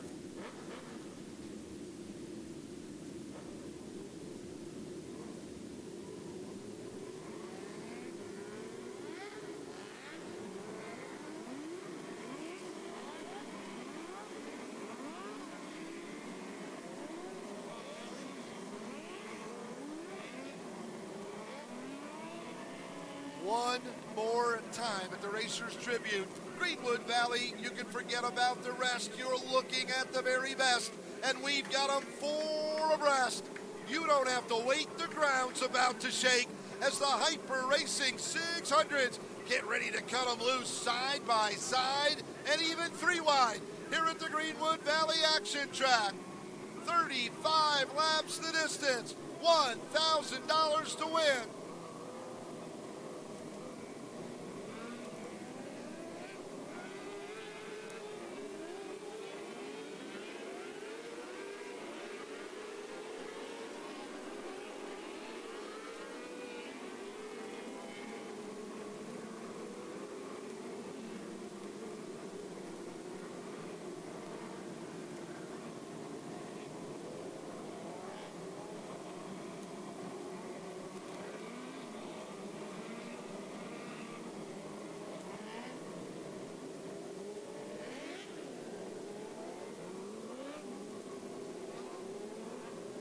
When we look at this field, the second half of the grid here could be an A-main feature at every micro track in the country, and you've got some of the biggest names in the sport lined up in front of them.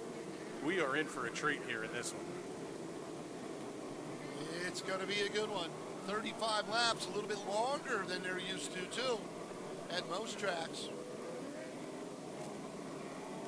Yep, that's definitely going to play a part in this one, is who's able to manage their equipment the best over that length and avoid some of the potential carnage that could come as well.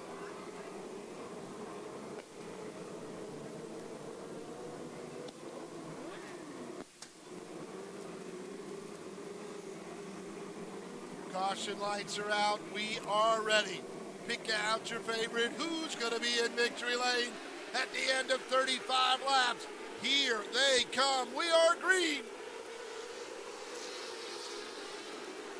Oh, did Billy Koch get a run through 1 and 2?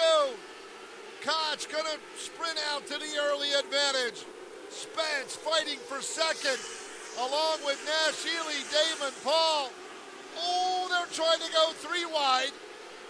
The hole closed up. That was Sean Rooney trying to make it 3 wide, thread the needle, but it didn't work. Nash Ely, Damon Paul slugging it out for the second spot. Zach Beeler in the mix there as well. Whoa, look out. Ely and Paul making contact, trading sliders. Damon Paul third, Nash Ely fourth. Zach Beeler.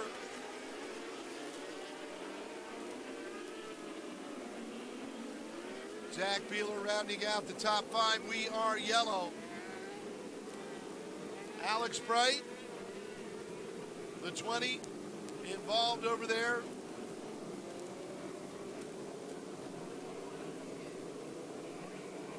Also, Timmy Buckwalter involved in that one as well, Barry. That was a consequence, I think, of starting to see these guys push that line out. The loose stuff is out there, but it's real easy to get the car looped around as well.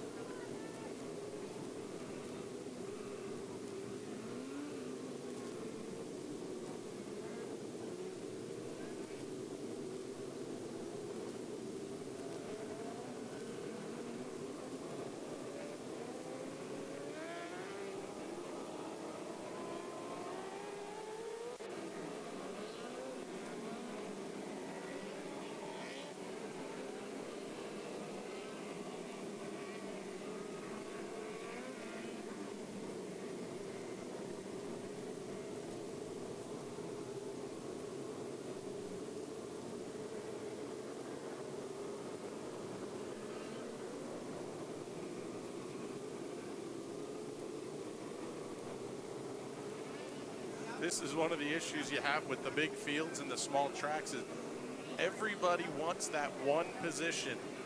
They're gonna fight for it and not necessarily win the argument with race control, but looks like they're getting the field sorted out pretty quickly. And the same issues we saw in the 270s and the wing 600s, last place is now half a lap down at the drop of the green flag.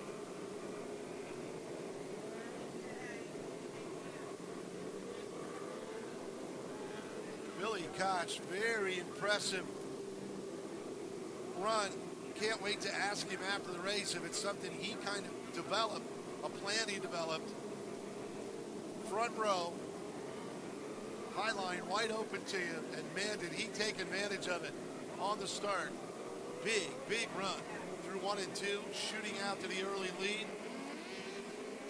You may find that to be really important as this race goes on. If you're able to get that high line hooked up, we talked about keeping the momentum up in the restricted 600s. It's going to play a role here in the wingless cars as well.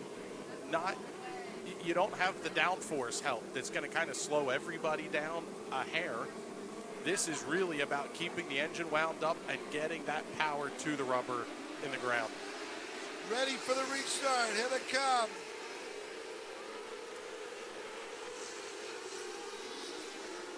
Billy Koch using the same strategy that he used on the initial start.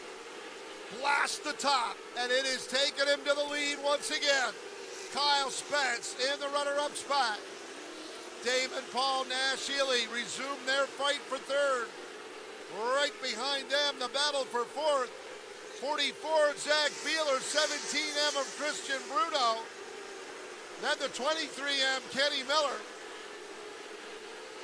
Koch, Spence, Paul, top three. They are using every inch of the track, but the fast line right now is that high line. Down to the bottom, mid-pack, that's Tyler Ulrich trying to make the inside groove work. He is stuck in a gaggle of cars mid-pack. Whoa, we got one spinning. Middle of the field, yellow is out.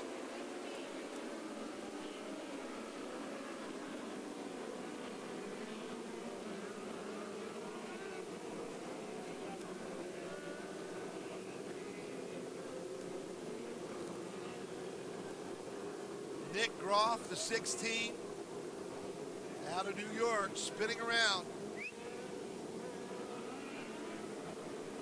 Putting us under yellow now with 9 laps recorded.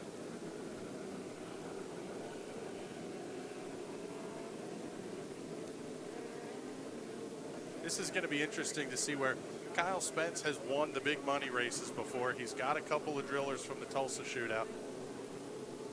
What does the strategy plan that's going through his head? Billy Koch has shown his hand at this point. Go early, get out there high. Is this just a guessing game now to try to beat him and throw the big slider into 3 on the start? Or maybe let the track change a little bit. Maybe the top will go away. There's still 27 laps to go. So a long way. And Kyle, he's a savvy racer. Like you said, he's won a lot of big ones. competing in a lot of really top-notch competition, not only here, but even out in the Midwest. Winner of the non-wing nationals at Circus City last year. So he may have a long-range plan. Let Billy kind of punch himself out running the top. And maybe not. Maybe it won't go away. Maybe Koch is good up there, and it'll last the entire race. That remains to be seen. Damon Paul in third. Damon's a bottom feeder. He'd much rather run the low line if it's there. Nash Ely fourth. Zach Beeler rounding out the top five at the moment with 8 laps down. Christian Bruno, winner earlier tonight, 17M in sixth. Kenny Miller the third, the 23M in seventh. Pole sitter Sean Rooney, the 97, falling back to the 8th spot. R7 of Brendan Bright, Light Bright, in 9th. And then the conductor, Bobby Butler, the 5B in 10th. Mike Linderman, the number 4 car, runs 11th. 21K of Tommy Koonsman in 12th. Joey Amonte, the 88J in 13th. The 11H of Mike Thompson is 14th. And the 42 of Tyler Ulrich in 15th at the moment.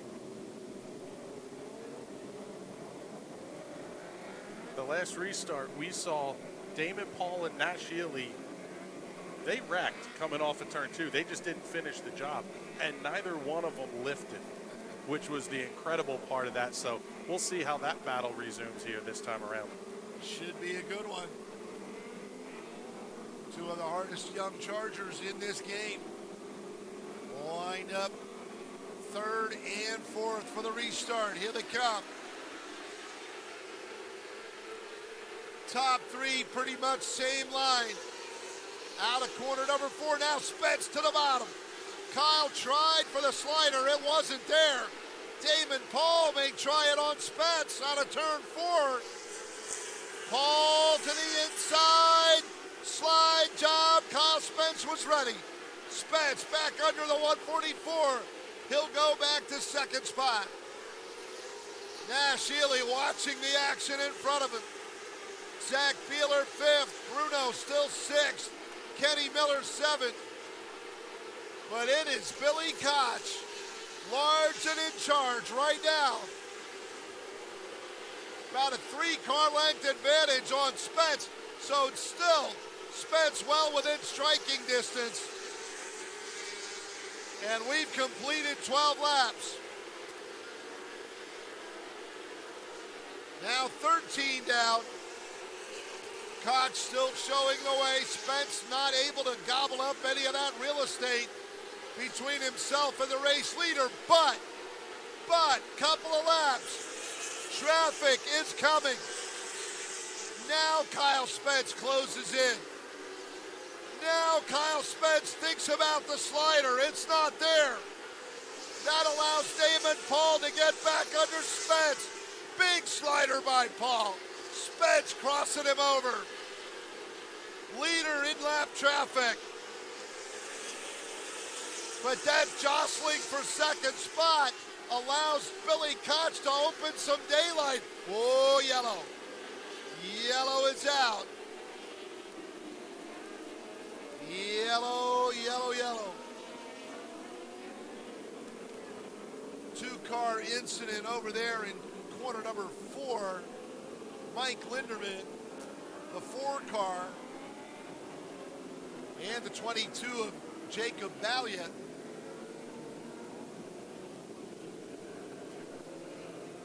Putting out the yellow here with 16 down.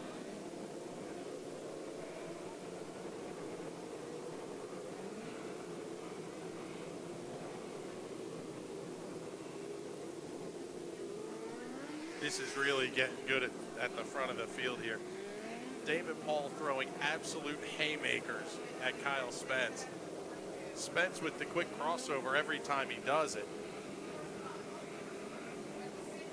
Nash Ely's had a pretty good view of it, but now that they're clear of lap traffic, This is sort of how it worked out in the 270s. They would get into heavy lap traffic. Billy Koch gets the yellow, clears everything out in front of him, run another handful of laps, get the yellow. And it seems like both times there, what opened the door for Damon Paul to go on the attack on Spence was when Spence thought about ducking underneath the race leader. Kyle kind of made a bid, went down, lost some speed and some momentum, and that opened things up for Damon Paul to challenge for second spot. And that was a great battle. Yeah, they were trading sliders. I'm finding it interesting that Spence is not all over the back bumper of Billy Koch on the restart either. He's giving him a car length and a half. Yeah. Let him make the call, restart the race, and then let's get into lap traffic, and now I'll go to work. Tough break for Mike Linderman on the hook.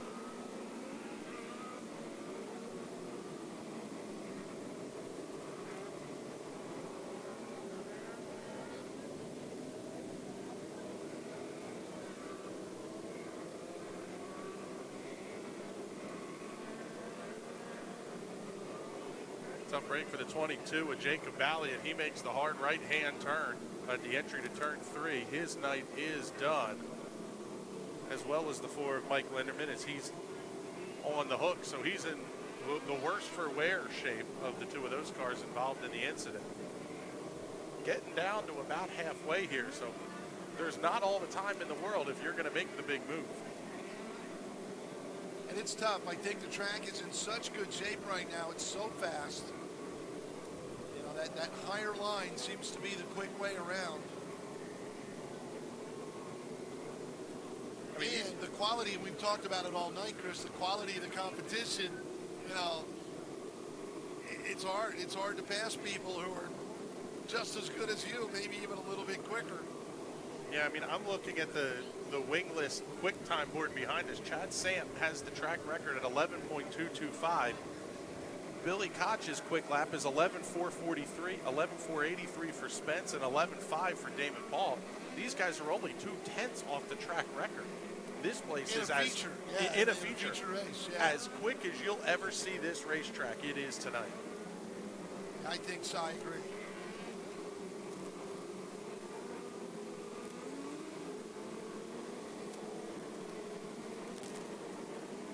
Billy Koch, he and his dad said they found a couple of things after last week. And it's showing right now. Koch leading a star-studded field here at the Racers Tribute Memorial. Spence now hot at his heels, though, out of corner number 4. Damon Paul gonna go for it. Is he gonna go 2 for 1? No. Paul to second. Whoa, but we did not complete a lap. Mike Thompson bringing out the yellow. Thompson in trouble here exiting corner number 4. Thompson stopped up against the wall, bringing out the yellow with 17 laps complete. That restart was much, much better for Kyle Spence. It was less than a car length going into turn 1. By the time they got back around and finished the lap, Damon Paul was right there ready to throw the slide jump. He was thinking of going 2 for 1. Absolutely.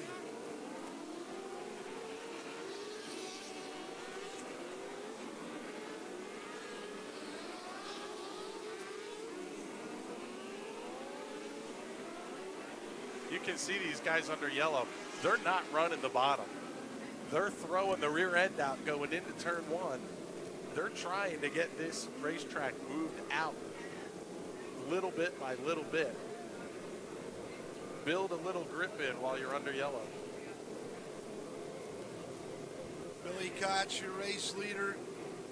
Kyle Spence in the runner-up spot. Damon Paul is 3rd. Nash Ely hanging on to 4th. Zach Beeler in 5th. Kenny Miller 6th. Christian Bruno 7th. Back to business. Slider by Spence. Billy Koch threading the needle. Going back in front. Spence trying it again. Here comes Damon Paul. Paul down to the inside. Slider on Spence for second spot.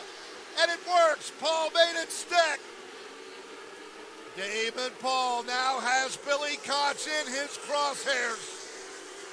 19 complete, 16 to go.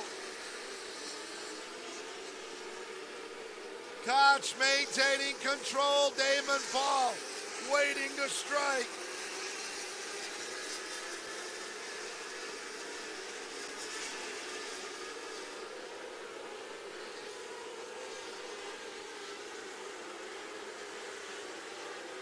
Billy Koch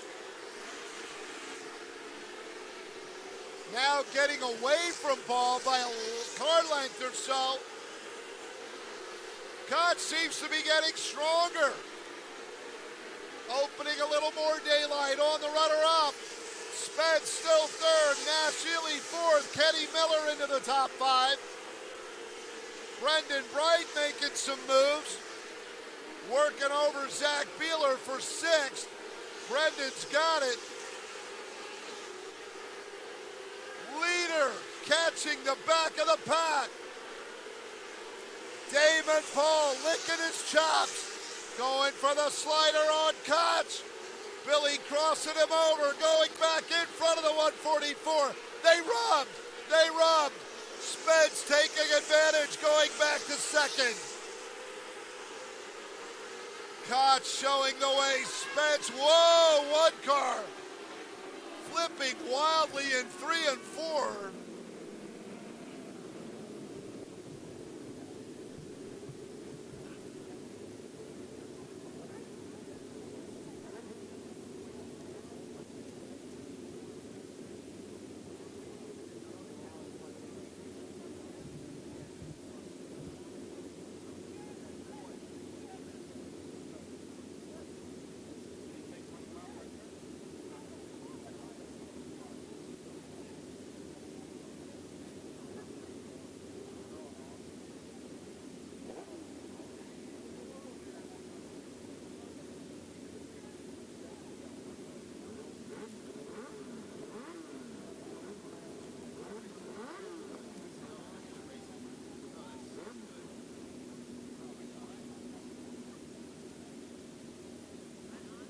Out of the car, Nick Groff, the number 16. Vicious flip over there. Great to see Nick climbing out under his own power.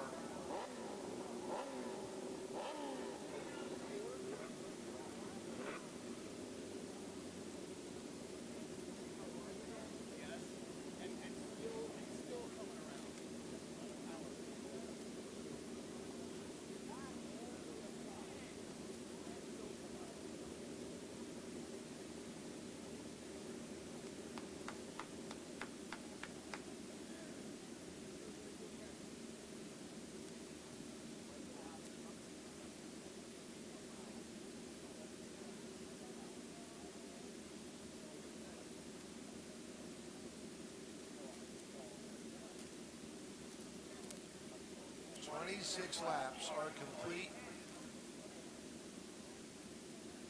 Everybody still in the lead lap.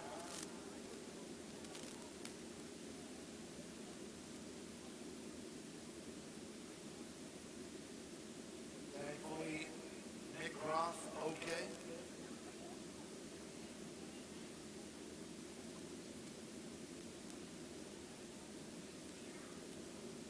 Damon Paul. Slider on Billy Koch. Billy crossed him over, and as Koch squeezed back up in front, they touched bumpers. That squelched Damon Paul's momentum, allowing Kyle Spence to get back by the 144 and into second spot. And that's the way they run right now, under the red with 26 down. Billy Koch, still the race leader. Kyle Spence now back into the runner-up spot. Damon Paul third, Nash Ely fourth. Kenny Miller is fifth. The R7 of Brendan Bright is sixth.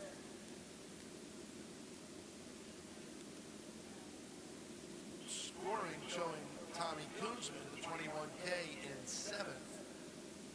44 of Zach Beeler in the eighth spot. The 17M Christian Bruno is 9th. And the 5B Bobby Butler rounding out the top 10.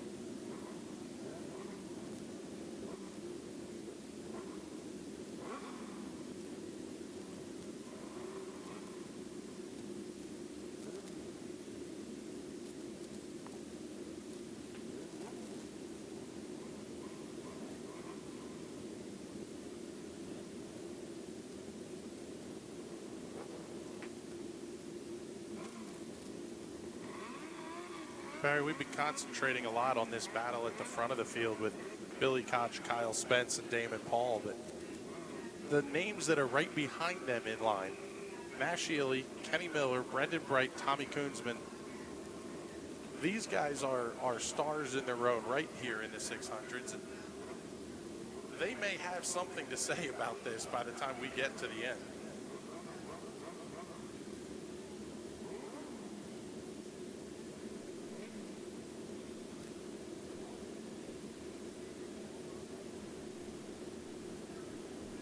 Just got to look at the car of Nick Groff here on the video. For as banged up as that race car is, the cage did its job and held well. Really a testament to the safety that all of these chassis manufacturers are putting into a car today. Yeah, absolutely, Chris. Very good point. Full containment seats, the Hans devices, all prevalent in these race cars. And like you said, yeah, the frames themselves, the chassis themselves, a lot of thought, not just to make them fast, to make them handle, but to make them as safe as possible too, and as strong as possible. And real credit to the car builders.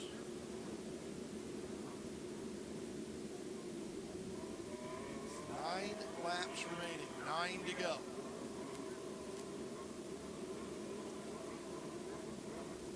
One of the things, it seems like I have to say it every night when we're doing our iRacing broadcast. You got to get while the getting's good.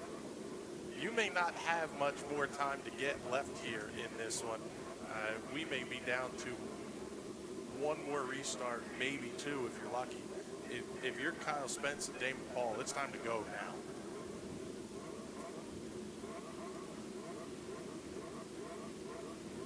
We talked about it earlier. We wondered if the top might go away. That is not the case at all. And with 9 to go, I don't believe it's going anywhere. Yeah, if anything, the top has even widened out a little bit. Yeah. You know, the track prep work really did its job, making it where they can push that line out. You need more grip to get higher. You need more grip to get higher. And the bottom is starting to come back in a little bit. If you're going to try the big slider, you can make that stick. It's not like you're throwing it wildly into the corner and hoping you catch the cushion on the top side. You can really finesse the car throwing the slider. Yeah, we saw Damon Paul make it stick a couple of times.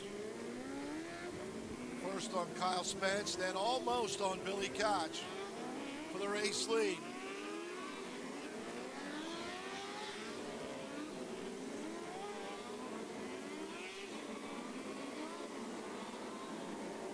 Field is back underway. Again, Billy Koch, your leader. Kyle Spence, the runner-up. Damon Paul in third. Nash Ely fourth.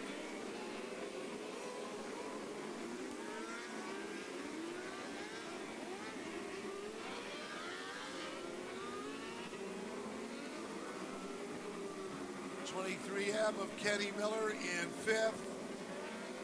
R7 Brendan Bright in sixth.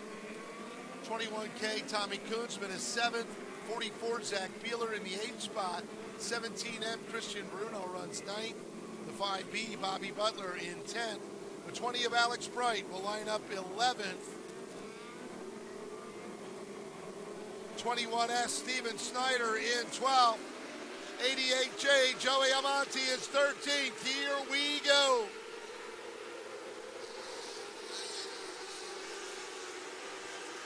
Paul tried it again. Damon Paul, slider on Spence. He goes back to second. Everybody ripping the lip through 1 and 2. Back to about 6th. Battle, Bruno, Butler, Beeler, back about 8th or 9th spot. Meanwhile, up front, Alex Bright to the infield. Alex Bright falling out.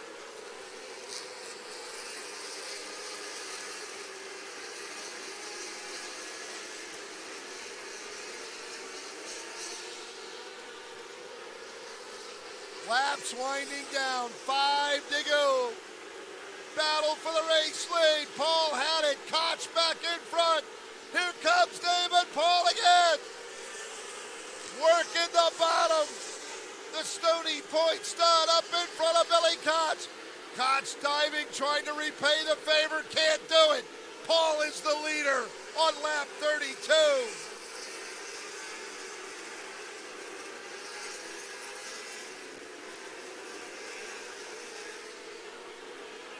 Kyle Spence now trying to work by. Yellow is out. Yellow, yellow. Problem over in turn 2.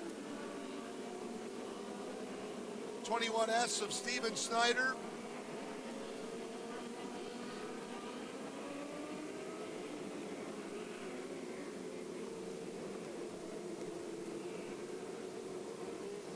Something we haven't seen yet here, Barry, a restart without Billy Koch at the front of the field.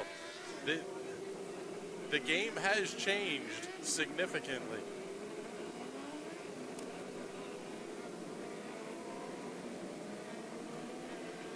I mean, the groove has now widened out in turns 1 and 2 about 3 feet from where we saw it on the last restart.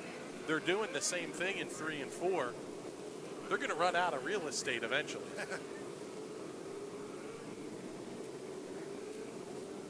And now it's going to be Billy Koch's turn to throw the big slider. We'll see if he can pull it off.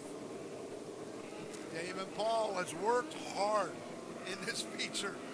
First wrestling with Nash Healy for the 4th spot, then with Kyle Spence, or rather for 3rd spot, then with Kyle Spence for 2nd, and finally going to work on Billy Koch and making it stick.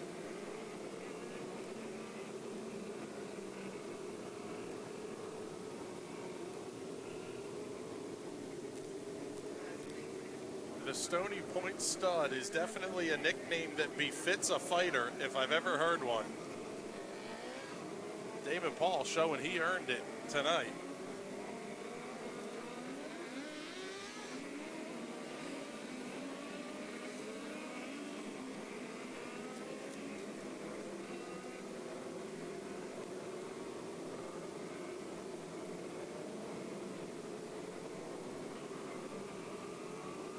Two down, 3 to go.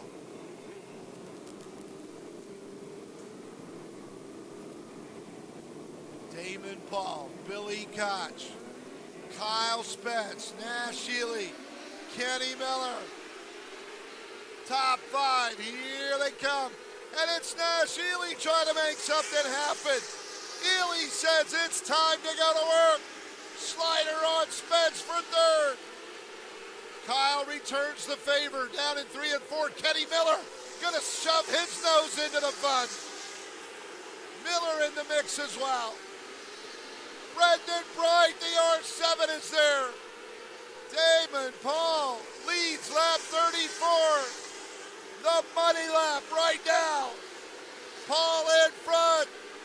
He's gonna win it. Damon Paul wins $1,000. Koch 2nd, Nash Healy 3rd, Kenny Miller nosing out Spence for 4th.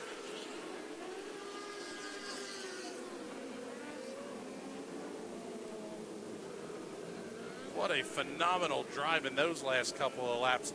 Kenny Miller, the third, gaining a couple of spots, edging out Kyle Spence at the line.